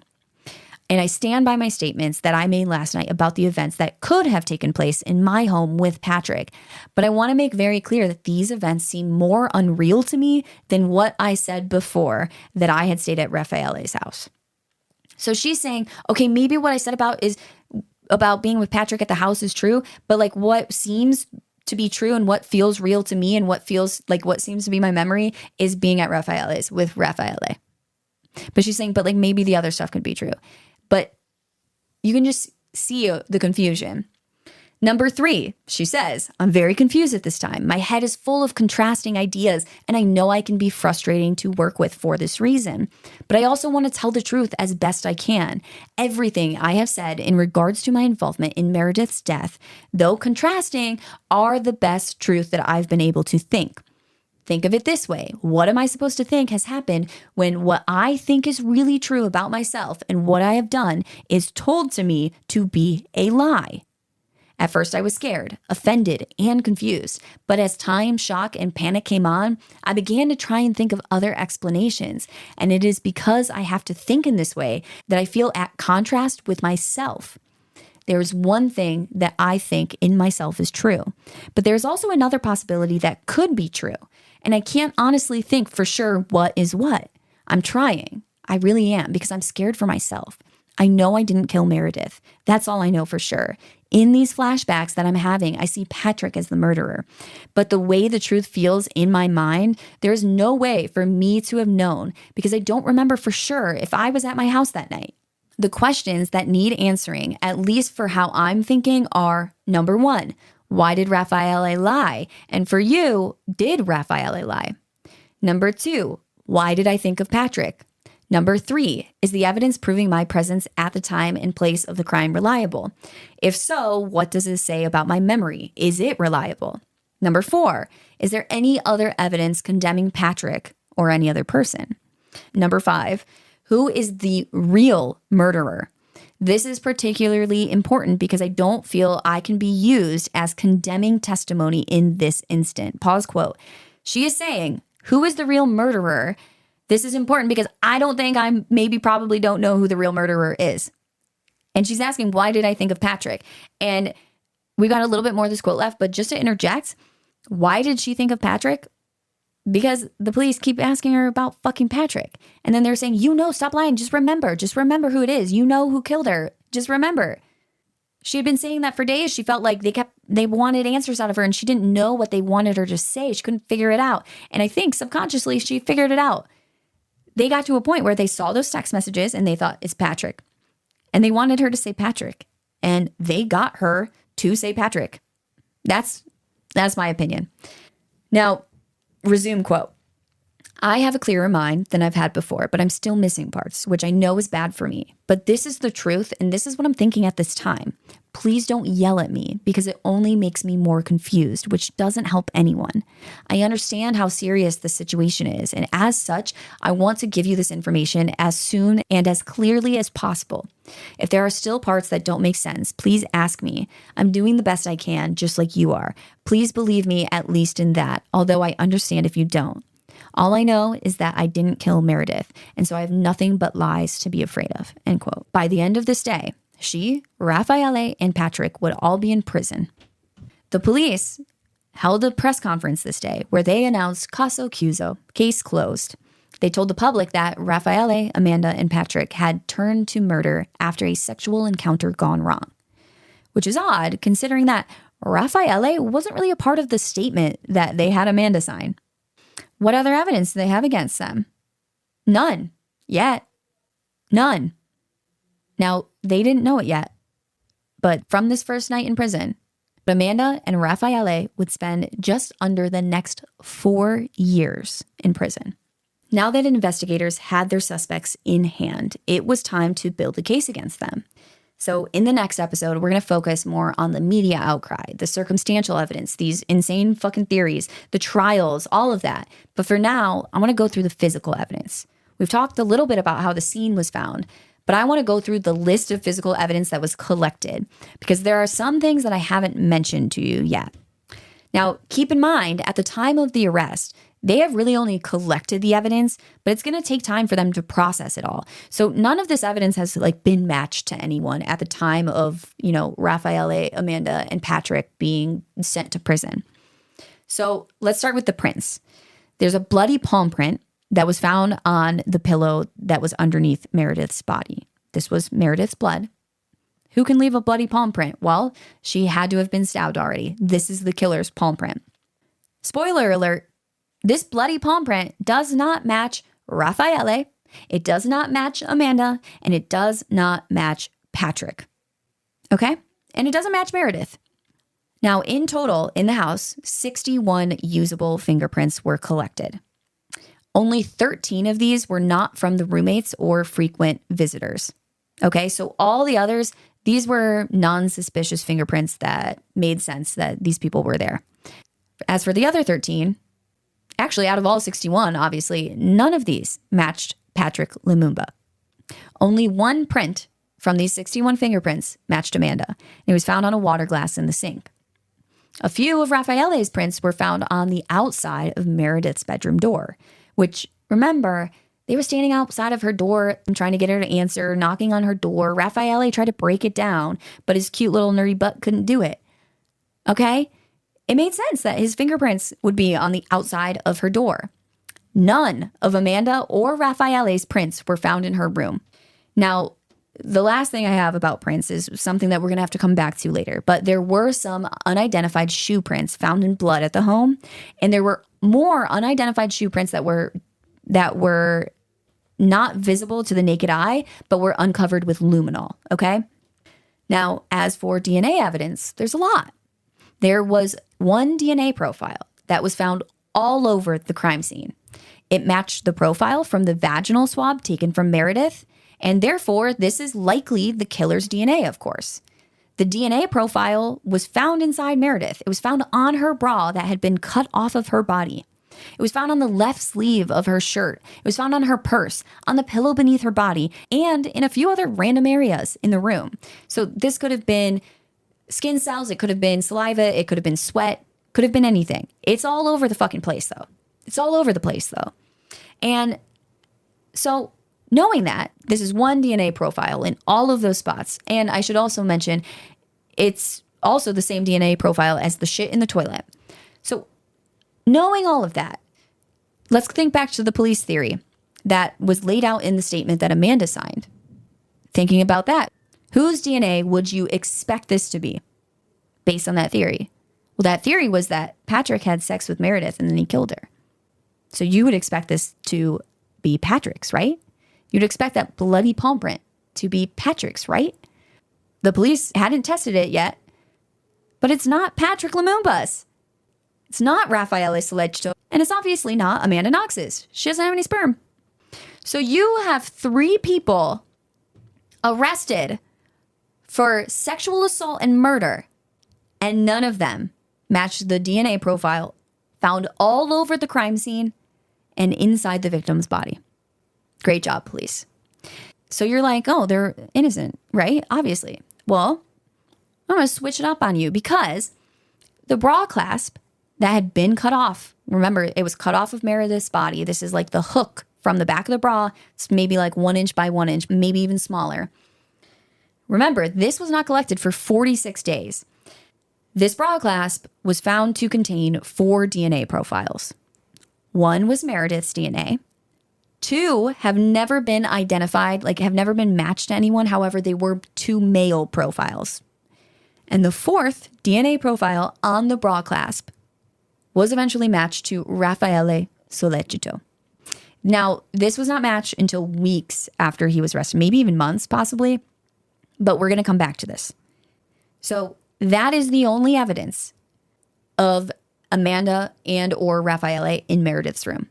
Besides his DNA on the bra clasp, which, yes, 1,000% so suspicious, does make him look involved. And we'll get to both sides of that. But besides this, none of their DNA was found. No prints, nothing, not a hair. Nothing was matched to Amanda Knox from the crime scene. So it would take about 2 weeks, but eventually investigators realized that there was no physical evidence showing that Patrick Lumumba was at this crime scene. They thought that that bloody palm print was going to match him. It didn't. At first they're theorizing maybe this was just a perfect cleaning job, but of course the palm print doesn't match. It's got to match someone. It didn't match any of them. And so what they do is they run the prints through whatever their criminal system is. whatever their print database is.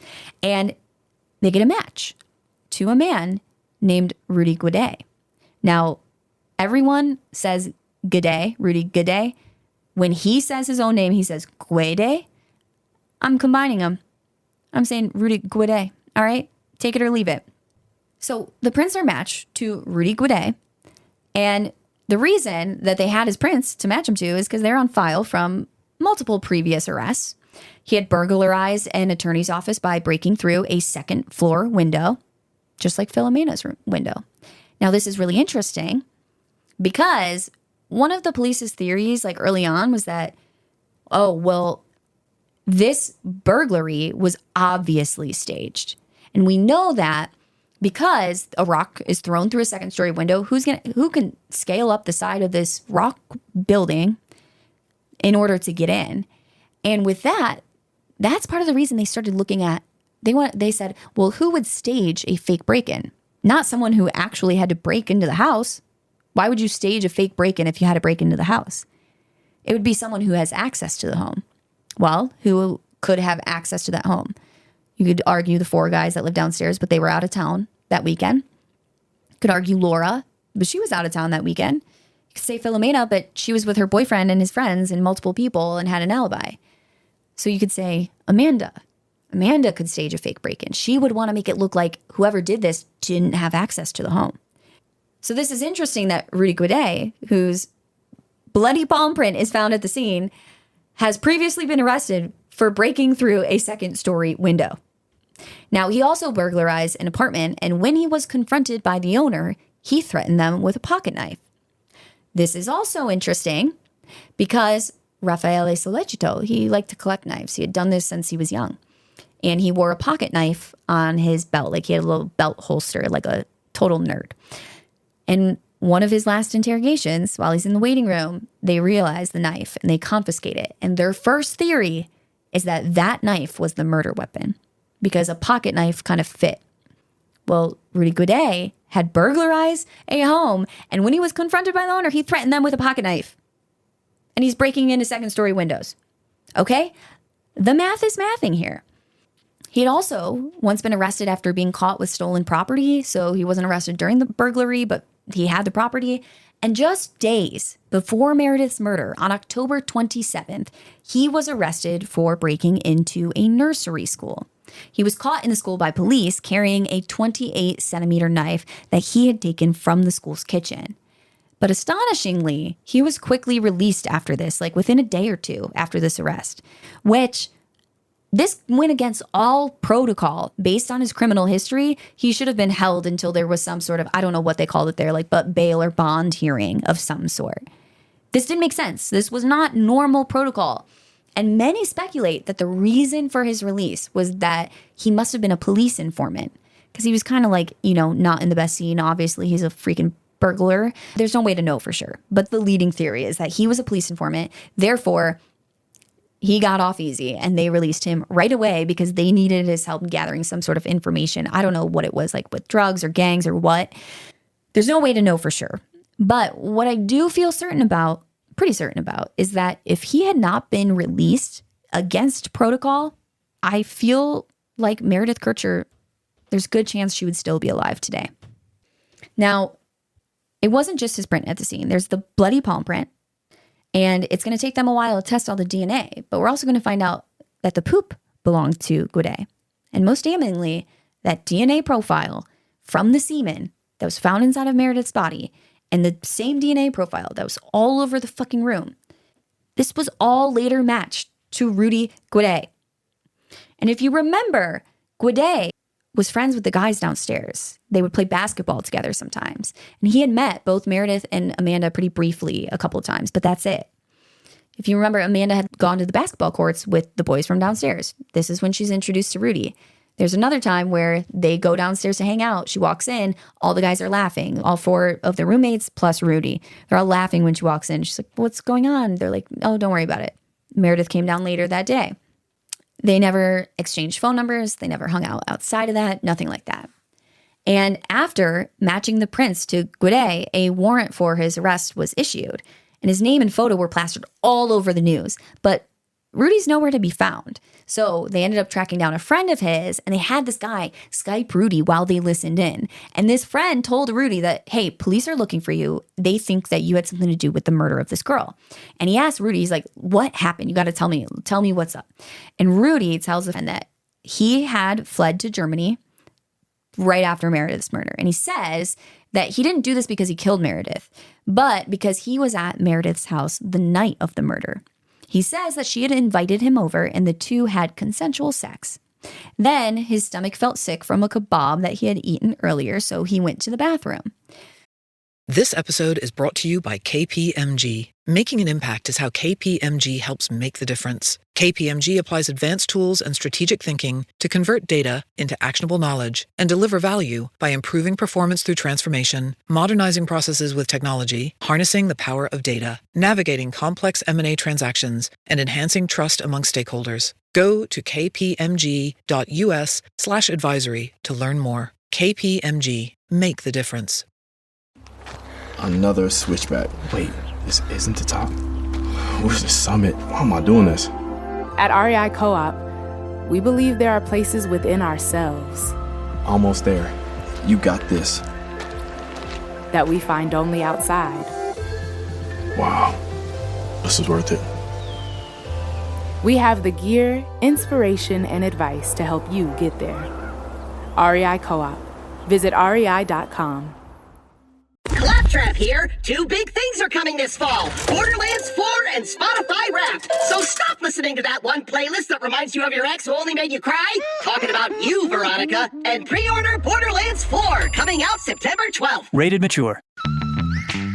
What if buying a new appliance felt like a win for your home and your wallet? Save up to 50%, plus up to an extra $600 on select major appliances at the Best Buy Appliances Labor Day sale. Learn more at bestbuy.com. Best Buy. Imagine that. While he was in the bathroom, he says that he heard Meredith screaming, and when he came out, he saw a brown-haired Italian man standing over her, attacking her.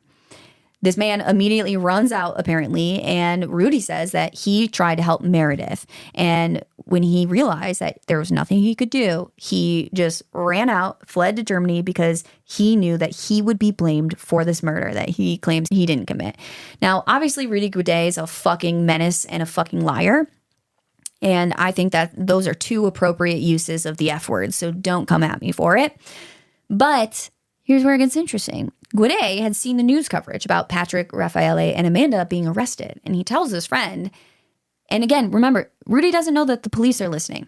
He tells the friend that they didn't have anything to do with it. He says he saw a brown-haired Italian guy run from the scene. It was a brown-haired Italian guy that killed Meredith. He saw it happen. Well, this guy was white. So it's not Patrick Lumumba. He says that this guy, yes, he had brown hair, but he didn't have glasses. Raffaele Sollecito had to wear glasses. He couldn't see without his glasses. He specifically says Amanda. He goes, Amanda had nothing to do with it because he knew Amanda. He had met her a couple times. He tells his friend Amanda was not there and Amanda had nothing to do with it. Here's the thing. This Italian guy's fucking made up. This guy that he's talking about is a made up person. But he's also going out of his way to tell his friend that the people arrested for this crime didn't have anything to do with it. Okay? So, of course, a warrant for his arrest is issued. And not long after this, he is arrested in Germany. He got caught trying to ride a train without a ticket. And as soon as they arrest him, he's like, oh, and by the way, I'm wanted for murder in Italy. And so within a few weeks, he's extradited back to Italy. In the meantime, police, they're just frantically trying to clean up this mess that they made. They quickly release Patrick Lumumba from prison and, hold this whole press conference, making it clear that he's an innocent man and that Guede was the real killer. And they blame Amanda Knox, saying she falsely accused this innocent man of murder, which is true. She did. She did falsely accuse him of murder. But with all of this, Amanda and Raffaele are hearing about this on the news, and they're thinking this is good news. They're going to be released as well. Finally, after a few weeks in prison, the real killer has been found and now they're going to be exonerated, right? Wrong. Police stuck with the same theory. The same theory that they had with Patrick Lumumba in the picture. All they did was swap out Rudy for Patrick. They just subbed him in. Theory stayed exactly the same. But now instead of Patrick, it's Rudy. Here's What's so interesting about that is, remember, at this point, they haven't even found that bra clasp, okay? The bra clasp that ends up having Raffaele's DNA on it was not collected for 46 days. They do not have a single fingerprint, a single shoe print, a single piece of DNA that they've collected and tested from that room that points to Amanda or Raffaele. I know the bra clasp, it's going to come eventually, but at this point, they're only a few weeks in. They're not even close to getting that bra clasp yet. They're not even halfway to getting that bra clasp yet. So what is the evidence against Amanda and Raffaele? Well, it's Amanda's statement, of course. Her confession. The thing about this confession that she recanted less than 24 hours after giving it. The thing about this confession is that it was all about Patrick Lumumba being the killer. We now know that that is not fucking true. So what does this tell you about this confession? That she had already recanted, that she recanted less than 24 hours after giving it. She didn't even write this confession herself. What does that say about it? It says that it's not true. This confession is the only thing that is enough evidence to hold Amanda and Raffaele in custody that they have at this point in time. They know that it is not true because she says Patrick Lumumba, but they don't release them. In fact, they just sub Rudy in and they just grow on this theory. And this was good for the police because Rudy made more sense because he was more connected to Meredith and the other roommates and everyone that lived in the villa. And you remember the story I told you about how Amanda had walked into the downstairs apartment one day, and as soon as she opened the door, all the guys are laughing. And it was like the 4 guys who lived there and Rudy. They're all laughing. And she's like, what's going on? You know, what's so funny? And they're like, oh, nothing, don't worry about it. And then Meredith came down later. Well, according to the roommates who were later, interrogated about Rudy Guede, because they're the ones, like these 4 guys were the ones that introduced Rudy to the girls. They're interrogated. And they tell police that the reason they were laughing that day was because Rudy Guede had just told them that he thought Amanda was cute. And the prosecution ate this up. They ate this up. The chef's kiss, that's perfect. Amanda Knox, obviously, he thought she was cute. So Amanda Knox, with her all-powerful vagina, this evil she-devil man-eater, is now this guy thinks she's cute. So she has power over him. So much so. She has so much power over Raffaele is obsessed with her, which he was. That's true. Now Rudy Guede thinks she's cute. Oh my God. They're going to kill for her. These 2 men, for Amanda Knox, are going to rape and murder Meredith because Rudy Guede said she was cute. Now, Patrick, after his release, he immediately blasts Amanda in the press. And I do not fucking blame him. She wrongfully accused him of murdering a young girl. And if Rudy Guede wasn't such a fucking idiot, leaving evidence all over the place, he literally left his shit in the toilet, guys. He left his shit in the toilet. Are you kidding me? But if Rudy Guede had maybe a few brain cells left and had cleaned up after himself, who knows? Patrick could have spent decades in prison for this. So I do not blame him. He went full throttle against Amanda Knox and against Raffaele, and I do not blame him one bit. Now, he made a very quick statement to the press saying that he believed Amanda accused him for a few reasons. One, he says that he fired her after the murder because she was just bad at her job. So she was mad at him. So he's like, she's trying to get a little bit of revenge. Amanda says this isn't true. She says that she quit after the murder because she was too scared to she didn't want to work late and be out late at night because she was scared that there was a murderer on the loose. I don't know what the truth is. I don't want to call either of them liars when I don't know what the truth is. But this is what he says. And he also says that Amanda accused him, A, because she's mad at him, B, because this is going to take the heat off herself, and C, because he's a black man. He's the perfect fall guy for a young, privileged white girl to accuse of murdering this beautiful British exchange student. Now, of course, Patrick is very against them. He thinks that Amanda and Raffaele are guilty, and he sticks with this. And again, I do not blame him. I would be doing the same thing if I was him. So that is where we are going to leave off for today, but we have a lot more of this story to go over. We're going to talk about There's going to be a lot of trials to go over. Remember, Amanda and Raffaele, they're only 2-3 weeks into the imprisonment in our story right now. 2 or 3 weeks. They are in prison for almost 4 years. The last official legal, I don't know if it wasn't a trial. I don't know what it was, a hearing or review or whatever. The last court event that had to do with Amanda Knox in Italy was in 2024. Last year, Amanda Knox had stuff going on in the Italian court. So we have so much more to go into, and Emily's going to be back with us next week. Like I said, she heard everything I told you today, so she is up to date on the story. But yeah, I hope this wasn't too painful without her. It was pretty painful for me. I've been talking for about almost 5 hours straight now. I don't know if you can hear it in my voice, but I can feel it in my throat. So with that, court is adjourned. I will see you guys next week, where we are going to start off with diving deep into the Italian legal system and how different it is from the U.S. legal system. So apologies if you're not from either of those countries, but we're going to dive deep into the details before we get into all of the trials and everything, because I think it's really important and it's really interesting. So have a great week. In the meantime, give your loved ones, your friends, a hug and a call, and we will see you next week. Bye.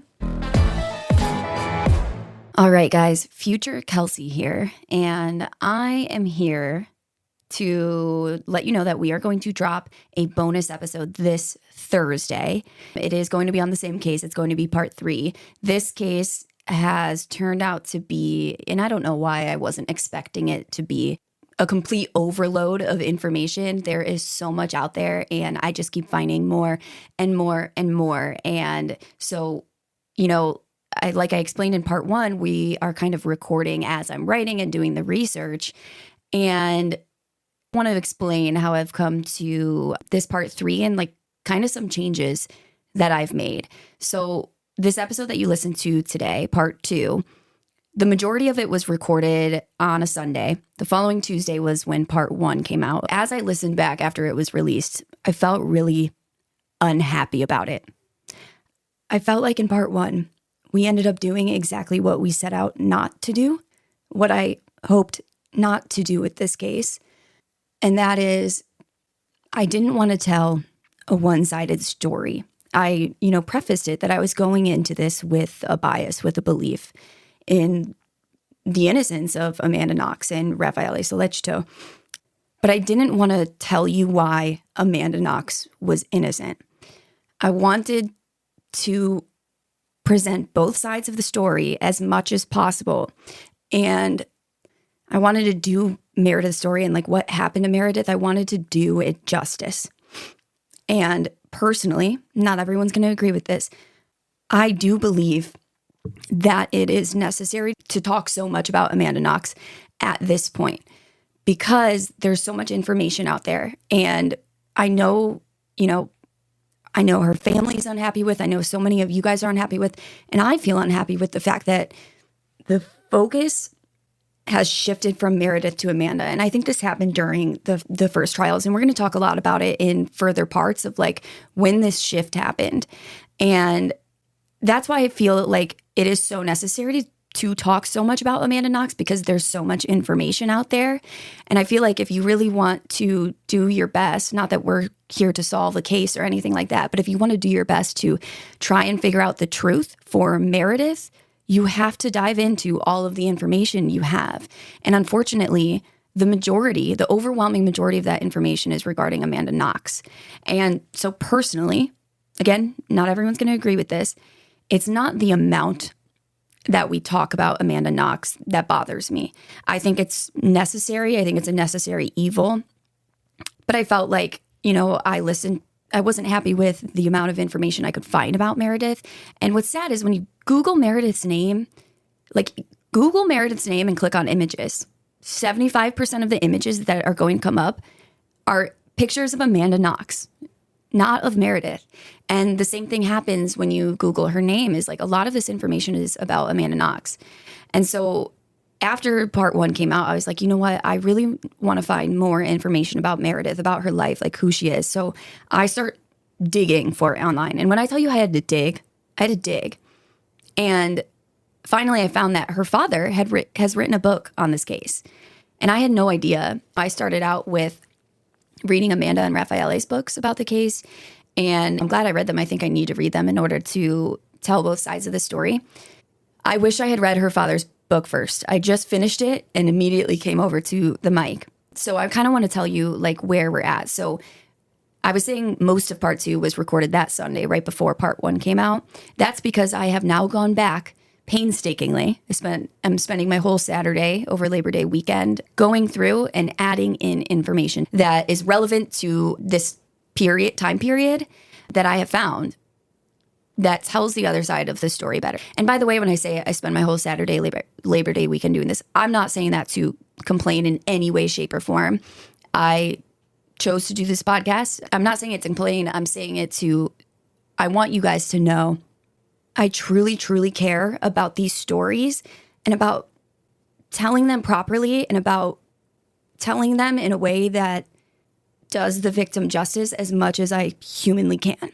And so this weekend is going to be spent for me adding in this part 3, which in my opinion, part 3 is going to be the most important part out of this entire series for everyone to listen to. It will just be me again, only because Emily is out of town. Her best friend, Laura, friend of the pod, is getting married. Congratulations, Laura. So they are at a bachelorette weekend. But yes, I understand this is a really long outro, but I really, really hope that everyone listens to part 3. So I apologize for this really long outro and for me sounding like a big old baby on here. Like I said, I'm fresh off finishing Meredith's father's book, and it is a gut-wrenching read.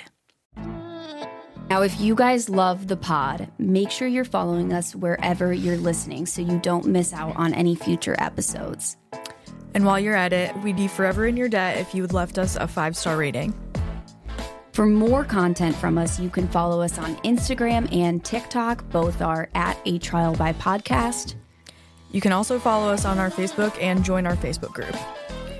You can shop our merch by clicking the link in the show notes or visiting our website, atrialbypodcast.com. A Trial by Podcast is a fully independent podcast. If you'd like to help support us, you can do so by donating through the link in our show notes. The site we use for this is called Buy Me a Coffee, but don't worry, your donations will never be used for coffee or frivolous things, only for expenses related to running and growing the podcast. So thank you guys for your support. Thank y'all. Huzzah. Huzzah.